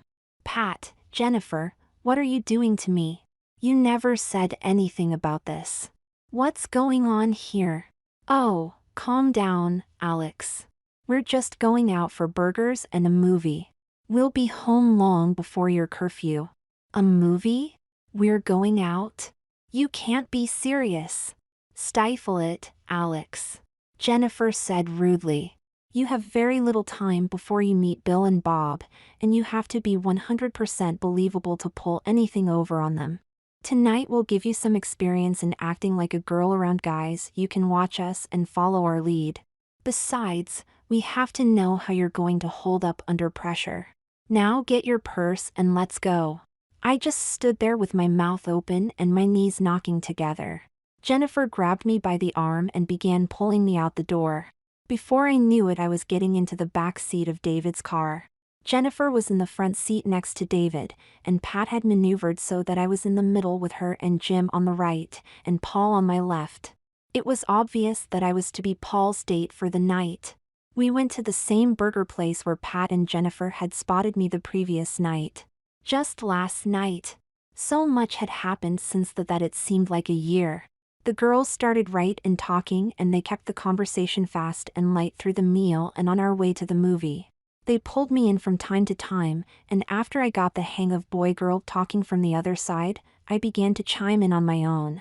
I thought Paul was a little more intelligent than the other two, and he made me laugh more than once with his dry wit.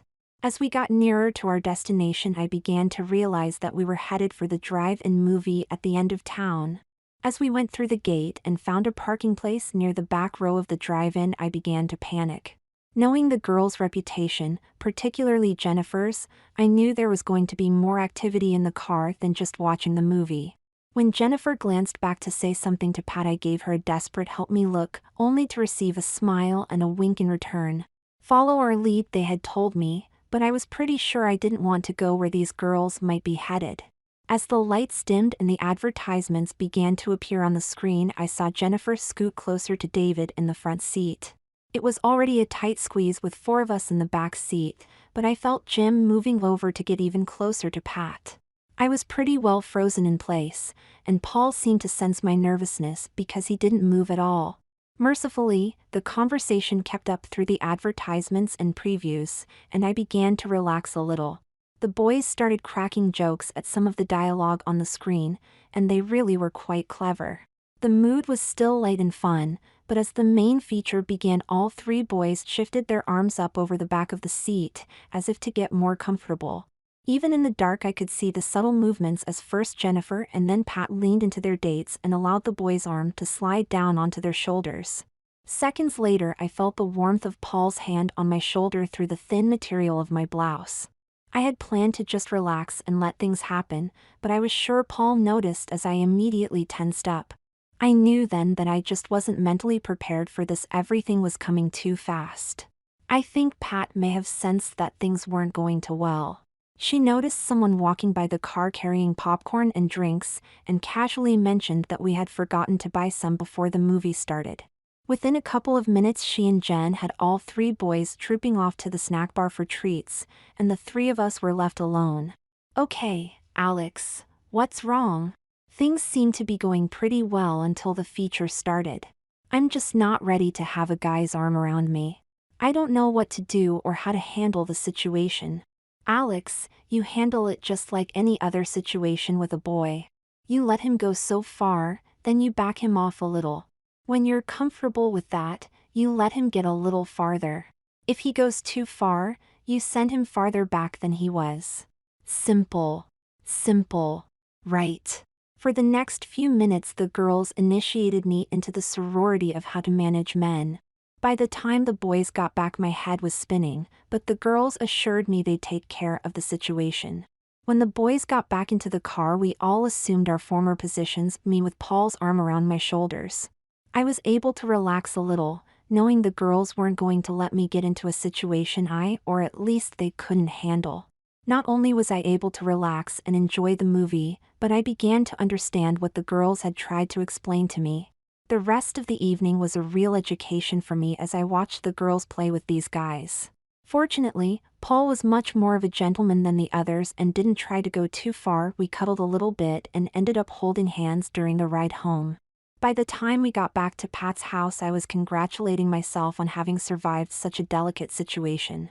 I didn't even think about how I was going to handle saying goodnight until David turned the engine off. Paul took my hand to help me out of the car, then held onto it as he shut the door, interlacing his fingers with mine. There was a tree that sheltered some of the yard from the nearby streetlight, and Jennifer and David had stepped under the tree and deeper into the shadows. Pat and Bob lingered by the car as Paul walked me up the sidewalk to the porch. As we got to the door, Paul put his arm around my waist.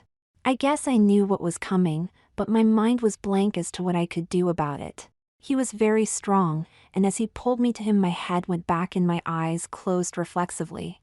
My lips parted in a light gasp and I suddenly felt a firm, soft pressure against them. Then I felt the warmth of his breath within me and I knew he was kissing me.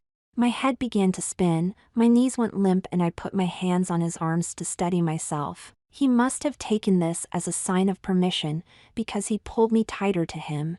After what seemed like an eternity he broke the embrace and looked into my eyes. I was now more confused than ever, and as he lowered his lips to mine a second time, I automatically closed my eyes and opened my lips to him. This time it was not only his warm breath that invaded me, but his tongue as well. That brought me back to my senses and I realized what was going on. Somehow my hand found the door handle and pushed the latch. I broke away from him and stepped backward through the door, almost catching his hand as I closed it in front of me. I leaned my head on the door for a long time, trying to catch my breath and regain my bearings, then I just put my back to the wall and let myself slide to the floor. I was still sitting there staring straight ahead when Pat and Jennifer came in some minutes later. Alex, you were wonderful. What was it like? Wow, what a sexy kiss. You liked it, didn't you? Did he give you tongue? They were both chattering at me at the same time, and my mind was in a whirl. I couldn't believe that I had kissed a guy twice. I knew, though, that I had passed an important test in our plan to fool Bill and Bob. As the girls drove me home we talked some more about handling guys, and I took them to task for manipulating our dates the way they had. Welcome to the real world, Alex. If they weren't such jerks about seeing how far they could get, maybe things would be different. We aren't all jerks, are we? I asked.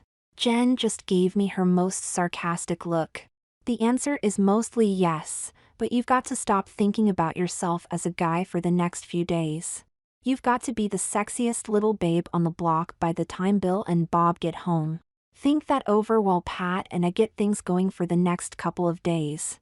As we neared my house, I realized I had a couple of problems. Mom had never seen me fully dressed as a girl. Not only that, but I was sure she had been expecting me home much earlier. I had left my guy clothes at home, so it wasn't like I could go back to Pat's and change. I guess it was time to see how far Mom was really willing to let her son go with his interests. I drew a deep breath and, with all the femininity I could muster, I walked through our front door and into the living room. Mom was on the sofa, and she was speaking as she turned toward me. "Hi, sweetheart. You're home a little late. Did you and the girls have a dot?" She stopped in mid-sentence as she realized how I was dressed. "Oh, she gasped, and then tears came to her eyes.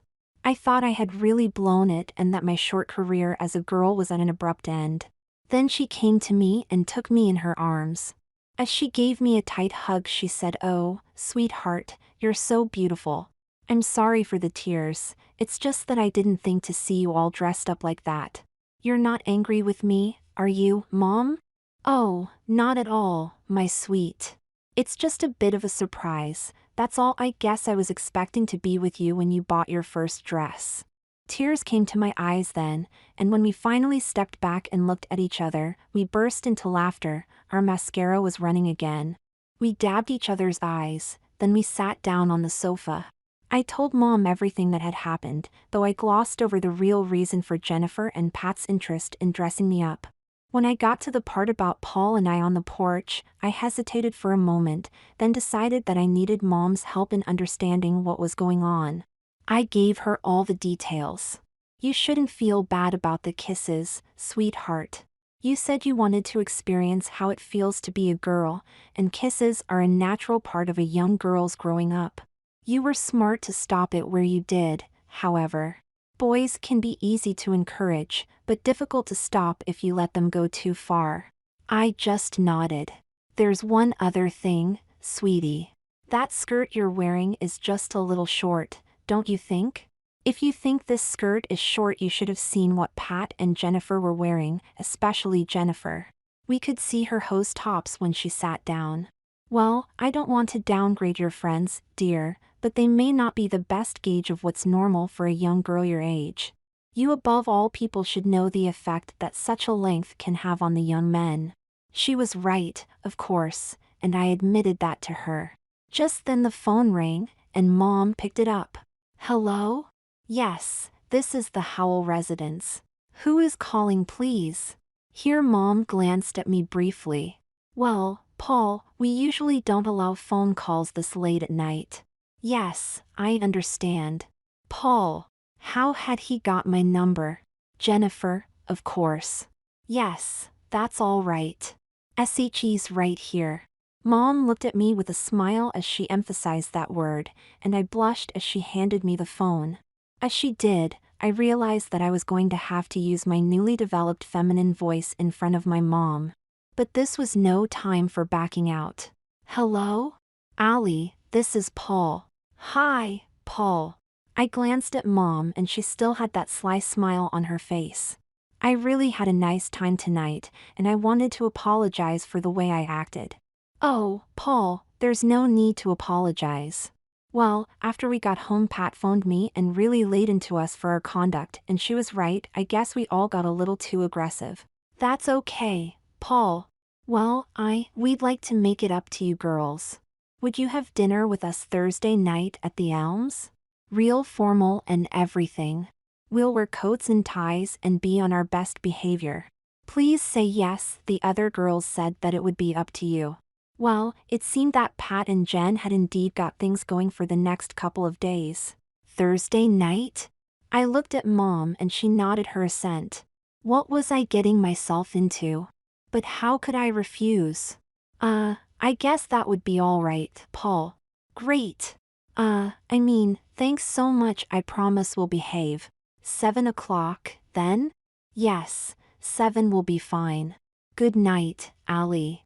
Good night, Paul. When I told Mom they had asked us to the Elms, she got very excited. We'll shop tomorrow after I finish work and find you just the right dress to wear. Hurry and change for bed, then come into my room. We'll do each other's hair and talk about our plans. Her obvious excitement was just a little too much for me. Mother, how can you be so excited about your son dressing up like a girl and going on dates? I'm not complaining, exactly, but don't you feel like this is all a little too weird? Well, sweetheart, it was you who chose to accept the invitation, wasn't it? I nodded my head. Of your own free will, right?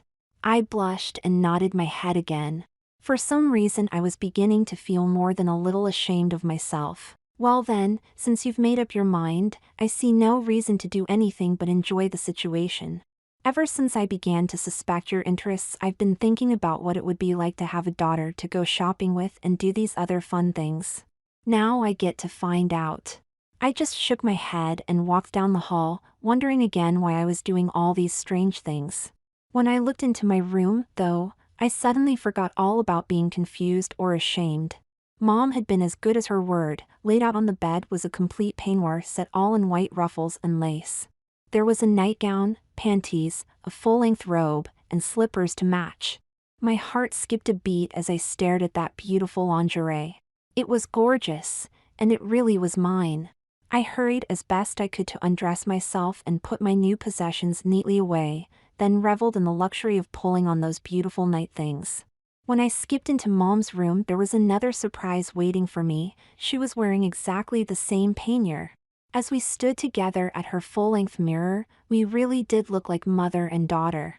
It was my turn first, and I sat at Mom's vanity while she brushed out my hair and curled it. Then she sat while I did the same for her.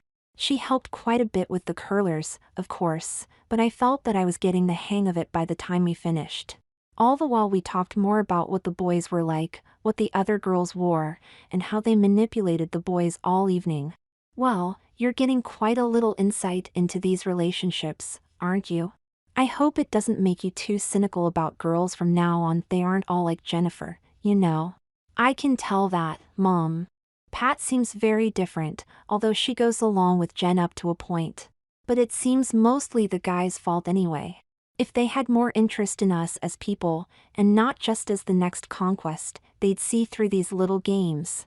We wouldn't have to manipulate them at all, really, and we still could have a great time.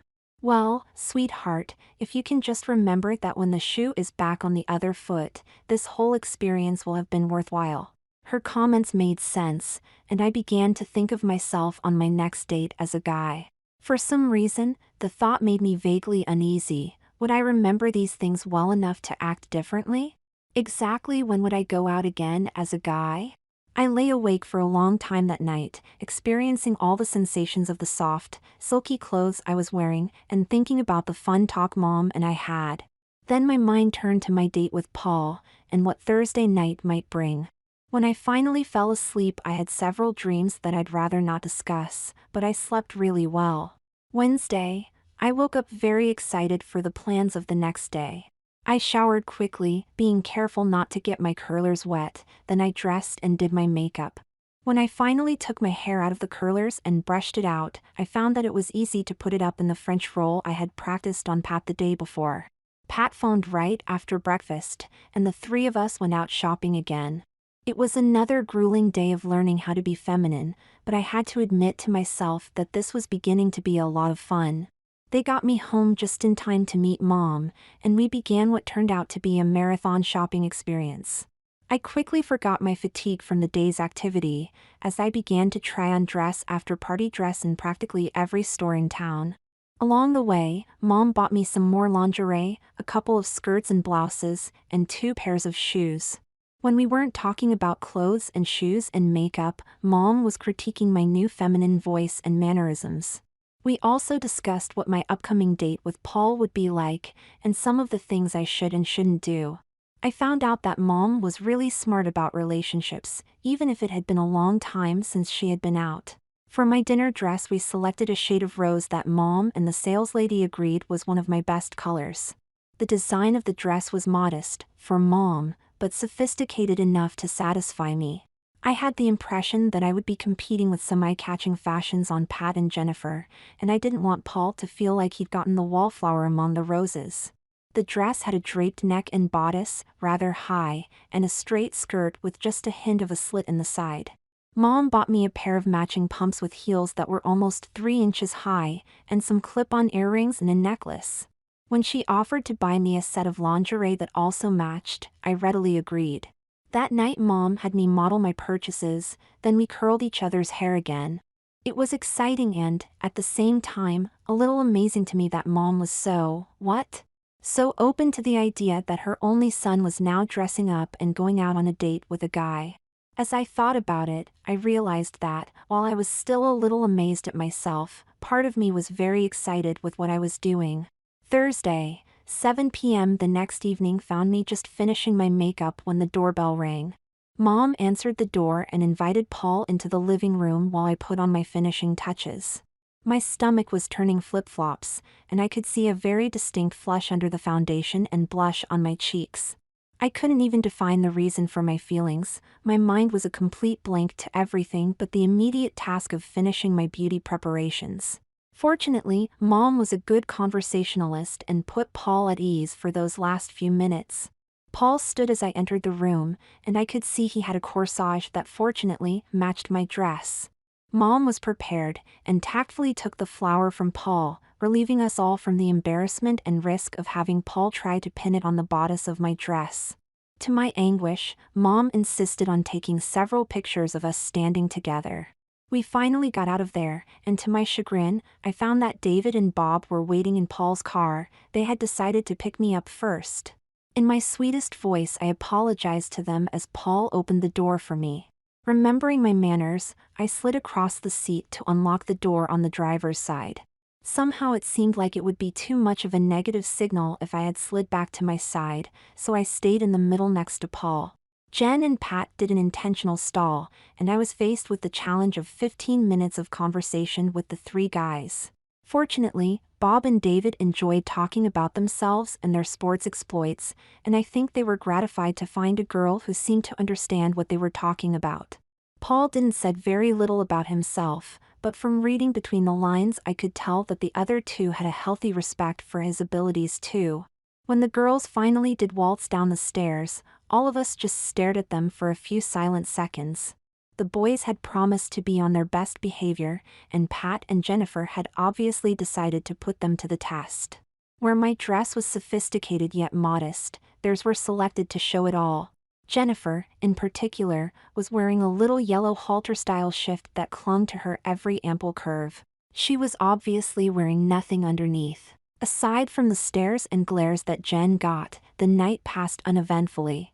It was obvious, and a little funny, that the boys, even Paul, were having a very hard time keeping their eyes away from Jen's features. I have to admit that I was torn between watching her and watching the guys trying not to watch her. They were all so distracted that they never noticed the amused glances that Pat and I exchanged all night long. In my opinion, Pat in her black spaghetti strap slip dress was at least as attractive as Jen, and I had to stop myself several times from looking at her in a very unladylike manner. Somewhere during the evening I found out that Pat and Jennifer had already agreed to another date the next night if the boys had successfully behaved. As they were driving us home, we had to admit to them that they had been perfect gentlemen. Well, at least their hands had stayed in line, even if their eyes hadn't. We made plans for them to pick us all up at Jen's house on Friday night, and we'd go to the amusement park in the next town. When Paul walked me to my front door at the end of the evening, I was pleased that he had been more of a gentleman than the other two. At least he had made an effort at conversation with Pat and me during the evening. I decided that he had lived up to his promise to behave and deserved a little reward. As he gave my hand a goodnight squeeze, I turned to him and raised my lips to his. He needed no more encouragement than that, but to my relief he only gave me a straight kiss and didn't try to go any farther. Friday morning Betty had arranged to take off work and take me on our second shopping trip. Mom had told her about my dates, and Betty was thrilled to be taking me out as a girl. I was beginning to really understand what girls got out of their shopping sprees. I enjoyed all the attention, and I really had fun talking over all the choices of colors and accessories, comparing creative ideas and seeing what would work. There was a companionship and an equality in all this that I hadn't felt in any of my boyish activities. Betty drove for over an hour, taking us into the city to a special shop that she had heard about. It was called the Spotlight, and catered mainly to the theater industry. Betty explained to me that if I was going on dates I needed something more than regular falsies for my figure, and something better than a sanitary napkin to keep my profile in line. For some reason I wasn't the least embarrassed as she described the helps we would be buying. As we walked in the door, we were greeted by a rather effeminate man who offered to help us find things. Betty asked him if he sold gaffs, and his response almost made us burst out laughing. Of course we have gaffs, honey, but if you girls are buying for your boyfriends, you really should bring them into the store to get the proper fit. When I left the store, I was the proud owner of 3 cash-in garments and a set of small fake breasts that actually glued onto my chest and felt for all the world like they were real. It had been embarrassing at first to have Betty and the clerk both helping with such intimate fittings, but somewhere during my time in the shop I just stopped worrying about it and concentrated on learning how to position everything correctly. With my new profile I felt completely at ease trying on the shorts and top sets that Betty bought me. On the way home the conversation turned to my plans for the summer. By this time I really didn't want to complain about what Mom had made me do, but I mentioned to Betty that the current dress and grooming standards had put a definite crimp in my job search plans. You know, Allie, your mom mentioned her concern to me on that very topic, and I think I may have a solution. My ears perked up immediately. Business at the salon has picked up quite a bit lately, and I need extra help. Trouble is, I need half of 2 people. The girls I interviewed to do shampooing and help with the beauty work won't stoop to doing the stocking and cleanup, but I don't have enough of either type of work to hire someone full-time. If you wouldn't mind doing both types of work, I could offer you pretty much a full-time job all summer long. Wow, that would be great. But would your clients be uncomfortable with a shampoo boy rather than a shampoo girl? And who would tell them you were a boy? My mouth dropped open for a second. You mean you want me to work at your salon all summer long as a girl? Betty chuckled. I think everyone would feel more comfortable with that arrangement, including yourself. Besides, you still have 2 weeks to wear your hair up, don't you? And I need someone to start right away. I don't think you'd want to dress as a boy around the shop with your hair done up, would you? Well, no, but . And you certainly couldn't start as a girl, then change back to a boy after 2 weeks, now could you? I fell silent as I realized what she was implying. If I accepted her job offer, I would be dressing as a girl all summer long. Till now I hadn't really thought about how long I was going to play this little charade. I guess I had expected it to somehow be over after the next 2 weeks of Mom's standards. If Pat's plan worked, we'd be rid of the boys by Saturday night, and wouldn't the girls be expecting me to change back to a boy after that? Then I thought of my talks with Mom, my shopping trips, and all the fun I'd had in the last few days. Clearly, Mom was perfectly happy with me dressing up, and I had not felt this close to her in several years. Accepting Betty's offer meant we might be able to keep that closeness all summer long. Just then Betty broke into my thoughts with the deciding argument: the job starts at $1 above minimum wage, and you get to keep all the tips you get as a shampoo girl. A little thrill went through me as I accepted Betty's offer, and she seemed genuinely pleased to have me as her new shampoo and stock girl. We agreed that I would start the next Monday. As we drove toward home, Betty told me that Jennifer had phoned her and asked if the 3 of us could come in for the works on Saturday morning. Apparently Jennifer wanted all 3 of us to look our best for the boys. Betty asked me all about our plan to fool the boys, and it was evident from her questions that she thought it was just a practical joke. I was relieved that Jen hadn't told her our real reasons. I knew that Betty would be sure to tell Mom, especially if she thought I would be in any danger.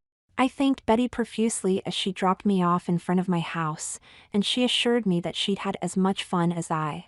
She told me she'd have 3 very special hairdos all picked out for us the next morning. I had just enough time to freshen up a little and shave my legs and get over to Jen's. They were really impressed to see my new features and my skimpy shorts and top outfit. I told them Betty and I had made some special purchases to help my figure. They asked me if I was feeling a little sexy, and I had to admit that I was. The girls were obviously pleased, and they explained that the boys would be expecting a reward for their behavior on our dinner date. I didn't even have to ask what they meant, and I mentally prepared myself right then with the limits I would set for myself and Paul. The boys were obviously pleased with the way we looked when they showed up. Following the lead of the other girls, I gave Paul a quick kiss to say hello, and I let him put his arm around me on the way to the amusement park. We held hands as the guys paid for the tickets, and we headed straight for the Ferris wheel. As the wheel started turning, we began to look out at the scenery around us.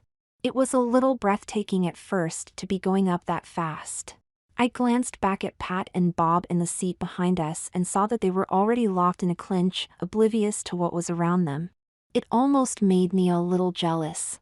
I glanced forward, and Jennifer and David smiled and waved at us. Then Jennifer turned her face to his and planted her lips firmly on his mouth. My stomach did a little flip-flop as I felt Paul's fingers on my chin and realized what I was about to do. Strangely, I actually wanted to kiss Paul. He had been a perfect gentleman the night before, as good as his word, and he deserved more of a reward than that little peck on the lips I had given him. To resist now, in front of the others, would be a real blow to his ego, and he didn't deserve that. As he turned my face to his, I smiled into his eyes and moistened my lips. His hand slid across my cheek and my eyes closed as he pressed his lips to mine. It was a soft, tender kiss, but it seemed to last forever. When we broke for a breath, I glanced around and realized that Jen and Pat and their dates were all watching us. I knew I was blushing, but I was determined not to act embarrassed. I smiled to no one in particular, then I reached up and ran my fingers through Paul's hair. Pulling his head down to me, I pressed my lips to his. His arm slid down to my waist and I let him pull me closer. This time when I felt his tongue, I didn't pull back. I opened my lips wider and fully answered his kiss. His aftershave was mingling with my perfume, and the effect of the Ferris wheel and the smells and feels and the realization of what I was doing was all too much for me.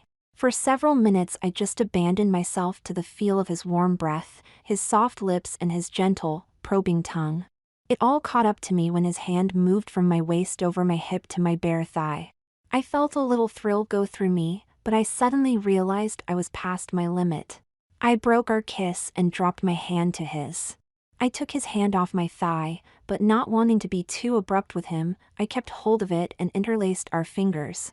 He sensed that he had gone too far, I think, and we separated ever so slightly and began to look at the scenery. As soon as the wheel stopped, the girls pulled me into the nearest restroom. We spent some time as the girls made me tell them every detail of what we did and how it felt. By the time we had freshened our lipstick and rejoined the boys, I think they were a little miffed at us for taking so long. It didn't take much more than a squeeze of the hand and a little cajoling before we had them all smiling again, though. Somewhere during the evening I forgot the strangeness of what I was doing and just began to enjoy my date. Back at Jen's house, each couple found a private place in the yard and I spent several minutes enjoying the warmth of Paul's strong arms around me while we kissed tenderly. We finally said good night and Jen herded Pat and me toward the basement where we could talk without waking her parents. On the way down the stairs, Jen and Pat began taking off their shoes, then their shorts and tops. By the time we got to her rec room, the girls had nothing on but their panties. Pat disappeared into the bathroom, but Jen turned to me and gestured toward the phone. "Why don't you call your mom and see if you can sleep over with us? That way we can all go straight to Betty's in the morning?" As Jen finished talking, she noticed the look on my face and she put her hands around my neck and smiled slyly into my eyes. Now, my little girlfriend. You need to save looks like that for your boyfriend Paul. Remember that you're just one of the girls around here, at least until tomorrow night." Just then Pat emerged from the bathroom wearing a little blue nightie. She threw a yellow baby doll top at me and both girls watched as I slipped out of my shorts and top. For some reason I was feeling modest about my new breasts and started to pull the baby dolls over my bra. The girls would have none of that, and they insisted that I strip and show them my special purchases. I really should have refused, but I knew that this too was a part of preparing me for my role with the boys. When the girls were satisfied that they had done all they could to mortify me, they had me phone my mom. Somehow, I knew what she would say, but I had to give it my best shot. "Hello, Mom? It's Allie. Mom, we all have appointments first thing in the morning at Betty's salon, and the other girls have asked me to sleep over so we can go right there. Would that be okay with you?" There was a long silence on the other end of the phone before Mom answered. "Sweetheart, I know you're really getting into your new experiences, and I'm all for that. It really is your choice, of course, but you might consider what the reaction would be if the other girl's parents found out about your true status. Yes, I guess you're right, Mom. I'll be home in a little while. I turned and shrugged at the girls, but they weren't quite ready to let me off so easily. They made me put on the nightie they had given me, and we sat around for another hour while Jen and Pat teased me and told dirty jokes. It was rather grotesque in a way, but they soon had me laughing along with them. I knew they were trying to prepare me even more for the role I was to be playing. The big day, the girls didn't get me home until almost 4 a.m., but they were at my door again promptly at 8 for our appointment at Betty's salon. Fortunately, since we were going to have the works done at the salon, it only took me a few minutes to dress and brush my hair back into a ponytail. Jen had insisted I wear her red miniskirt and matching blouse, with red high heels sandals she had bought for me. The outfit had a gold chain for a belt, and Pat had brought a small gold chain necklace and 2 bracelets to complete the outfit. I thought Jen's skirts would be cut for her longer legs, but I still had trouble keeping my garter tabs from showing when I got into the car. I was so tired I didn't even have the energy to worry about how exposed I was, or to be nervous for what we were about to do. Betty was waiting at the shop with 2 of her best operators, and they started on us right away. They gave us each a shampoo and set, and while we were under the dryers we all got manicures. My nails were fairly long now, not having been cut for almost 3 weeks, and the girl who was doing my manicure filed them to a nice almond shape. When she asked me what color I wanted for my polish, I didn't hesitate. I had already spotted a red polish that matched my skirt and shoes. Before they combed out our sets, we sat around Betty's table and conspired on each other's makeup. They did the other girls first, and by the time my turn came we were all having great fun. Betty and her girls were fussing over all of us and telling us how good we would look for our boyfriends, but most of the compliments were sent in my direction. I'm not sure how much of that had been planned beforehand, just to get my confidence up, but I loved every minute of the special attention. Was it just my imagination, or did Betty's operators think I was just one of the girls? As I was about to get out of the makeup chair, Jen put her hand on my shoulder. Just a minute, Allie. I think there's just one thing missing from your look. Betty, I want to treat her to something special this morning. I looked up and caught her gesture toward the sign in the window, special on ear piercing. I flushed red and my stomach did a flip-flop. I knew I should protest such a permanent, feminizing change to my appearance, but I just couldn't. All week long I had been secretly admiring the earrings the other girls had been wearing, and wondering how it would feel to have my own. As it turned out, protesting wouldn't have worked anyway. Jen had obviously set this up with Betty beforehand. She already had the studs lying in a dish of alcohol next to me. As Betty marked my ears, Jen explained that the guys would be noticing every detail, and this was just another way of ensuring that our deception would be complete. I gave her a skeptical look, but my mouth was so dry I couldn't have said a word if I had wanted to.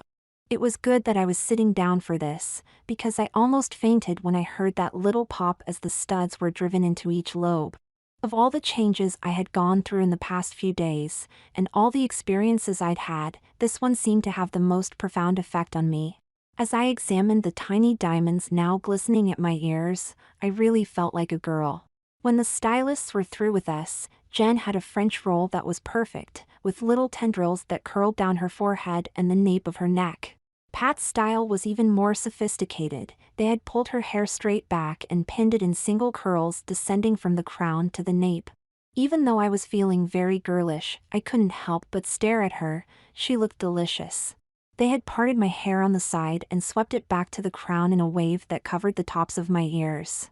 With what was left of my hair and a little matching hairpiece, they had formed a bunch of sausage curls that bounced and tickled my neck at each movement of my head. Little tendrils curled down from each ear. Betty insisted that we pose for her camera, and she took several shots of us individually and in groups with her and her stylists. Then it was off to Jen's house for the big occasion.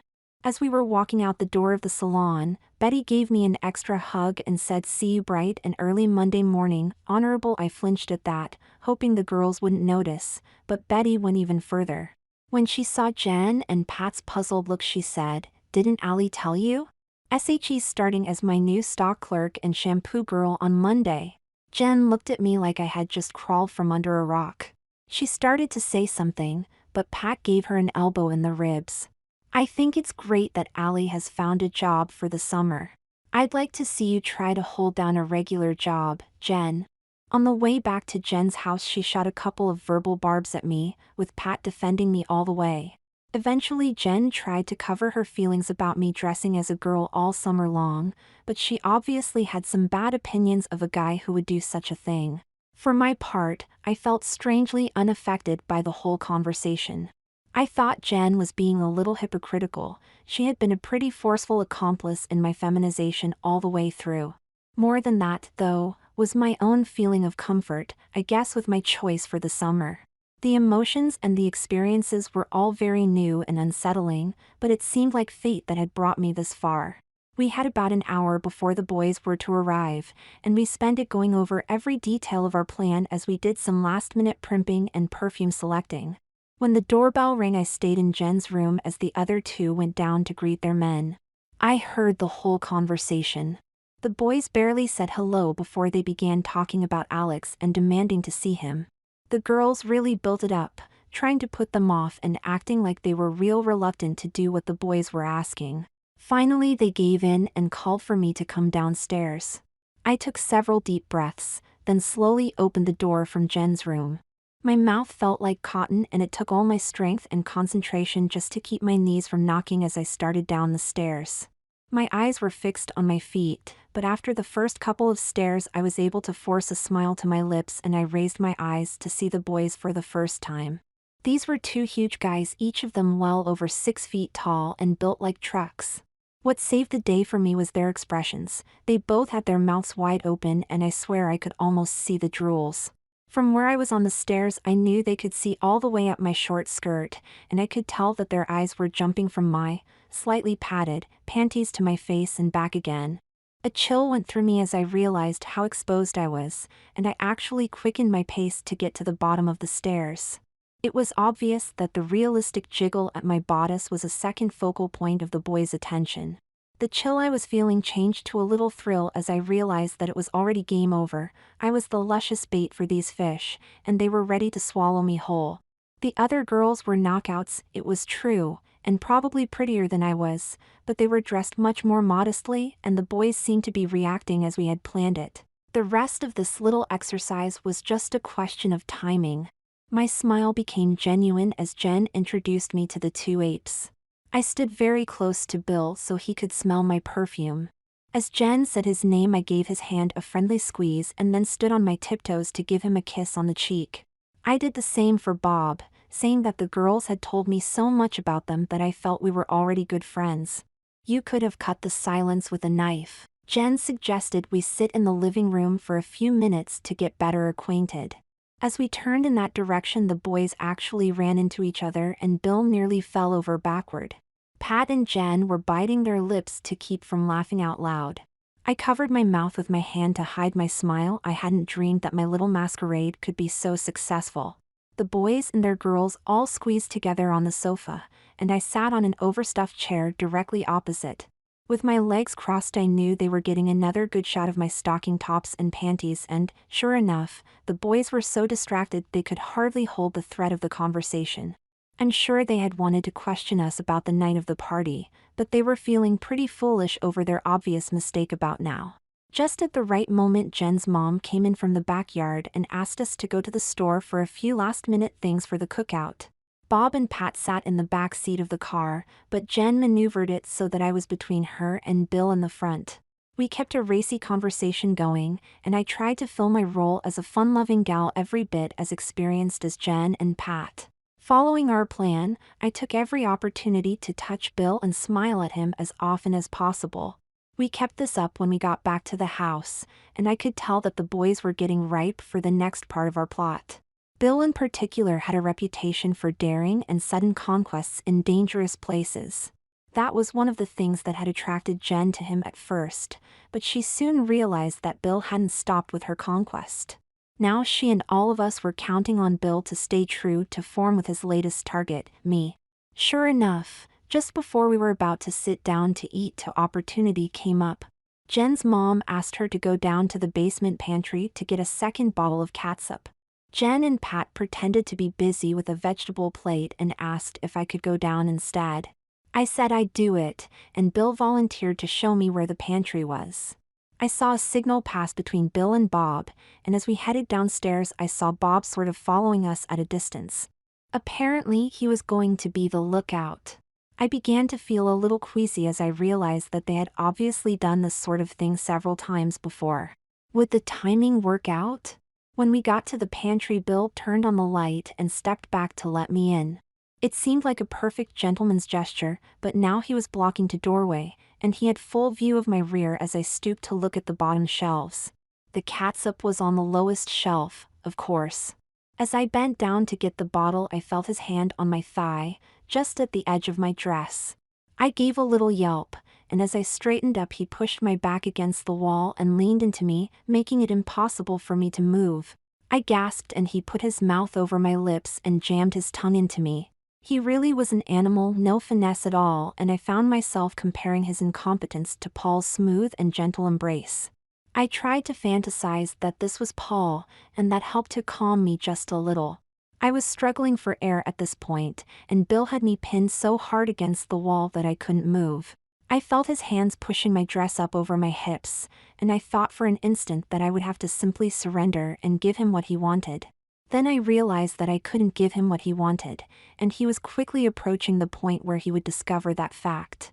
Gathering all my willpower, I forced myself to relax and I ran my hands over his huge arms and up into his hair. He took this as a sign of surrender and he broke the lip lock to take a breath. Letting myself fantasize about Paul again, I smiled up into his eyes and brought my hand to his cheek. He shifted enough to give me some balance, and he began to run one of his hands up my side toward my breasts as he closed his eyes for another kiss. Just as our lips were about to meet for the second time, I drew a deep breath and screamed as loud as I could. At the same time I brought my knee up between his legs as hard as I could. Bill doubled over in pain and turned away from me, but as I tried to scoot around him to get out, he came back up and swung at me with the back of his hand, cursing me at the same time. My shoulder took most of the impact, but the force of the blow threw me against the open door like a rag doll. I seemed to just hang there for an instant as the inertia wore off, then I slid to the floor in a heap. Meanwhile, Bill had doubled back over and was groaning in pain. Of course, everyone on the block had heard my scream, and in an instant Jen's father was in the room, followed by Bob and then the girls and Jen's mom. Walter assessed the situation in one glance, then grabbed Bill by his shirt and began to drag him from the room. On the way out he grabbed Bob by the ear and forced both of them up the stairs and out the front door. Each of the boys outweighed him by 30 pounds at least, but they offered no resistance. We could hear Walter yelling as he threw them out the door that if he ever caught them near any of his girls again, they'd find themselves dead or in jail. That was it was over. Jen and her mom helped me off the floor and into a nearby chair. I was sobbing uncontrollably and had my face in my hands. Although all my, natural and artificial, body parts seemed to be in place, my body ached and my face burned where Bill had slapped me. But the physical pain was a secondary consideration. Inside I was a real mess.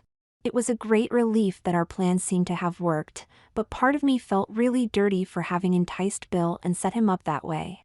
The word he had used on me, slut, kept running through my mind. Everyone gathered around me and offered their comfort. In a short time someone found some humor in the situation, talking about Bill's wounded ape look after I had kneed him. In a few minutes my sobs had changed to laughter, and I began to wipe away the tears and mascara with several tissues. By this time, of course, the burgers were burned and the cookout was pretty well ruined. Jen's mom and dad suggested that they stay and clean up, but that maybe we girls would like to drive out to their beach house to sort of pull ourselves together. I started to protest. I desperately wanted to be alone right then, but before I knew it the three of us were in the car headed for the beach. For an instant I wondered what Mom's reaction would be when Jen's mother phoned to explain everything to her. How would she respond when she heard that her daughter was on her way to a sleepover with two other girls? But then, I had other things to be concerned about. I was between the two girls in the front seat of the car. Pat was driving, and Jen had her arm around me, still trying to reassure me. We weren't far down the road when the tone of the conversation changed, however. Jen put her hand on my knee and suggested to Pat that it was time to celebrate our victory over the boys. Pat agreed and, putting her hand on my other knee, she suggested that I deserved a special reward for my special part in the plot. They told me they had really enjoyed having Allie as a friend, but asked if I would let them treat me like Alex for the next few hours. How could I refuse? We stayed at the beach house till late Sunday afternoon, and every minute of it was heaven. The girls spent the whole time teaching me everything I never knew about boys and girls together. It almost seemed that they were competing to see which one could keep my interest up the longest and give me the most pleasure. There were a few catnaps along the way, and the girls even talked me into a quick swim and suntan session on Sunday morning, but the rest of the time was spent in an overpowering lesson in long endurance pleasure. By the time they drove me up to my house, I was so spent I could hardly walk. Pat helped me carry my things to the front door, then gave me a long deep kiss. I guess with your new job starting tomorrow this is goodbye to Alex for a while, but we'll drop by the salon this week and see how Allie is getting along. With another quick kiss and a wink she was gone. Mom met me just inside the door and helped me take my things into my room. She started out with a very stern look on her face, but I think she realized how emotionally and physically tired I was, and she kept the conversation light until after I had napped and eaten dinner. That night we talked about all that had happened over the past weeks. It turned out that Mom had pretty well figured out everything, including our little plot with the boys, and what had gone on at the beach house. I knew she wasn't pleased with some of the things I had done, but surprisingly, she didn't seem to judge me at all. Instead, she expressed her concern for the physical and emotional dangers I had faced and was still facing. We talked a lot about the implications of working all summer as a girl. I was still a little confused about where it all was leading, but it seemed that the job and the situation was just right for me, somehow. We agreed that we would be entirely honest with each other from that point on, and that we would talk about our feelings as often as possible. I was thrilled that we were becoming so close again, and it seemed to confirm my decision about the summer. By the end of the evening Mom seemed to feel exactly as I did. We weren't sure where they would lead, but we were both looking forward to the days ahead.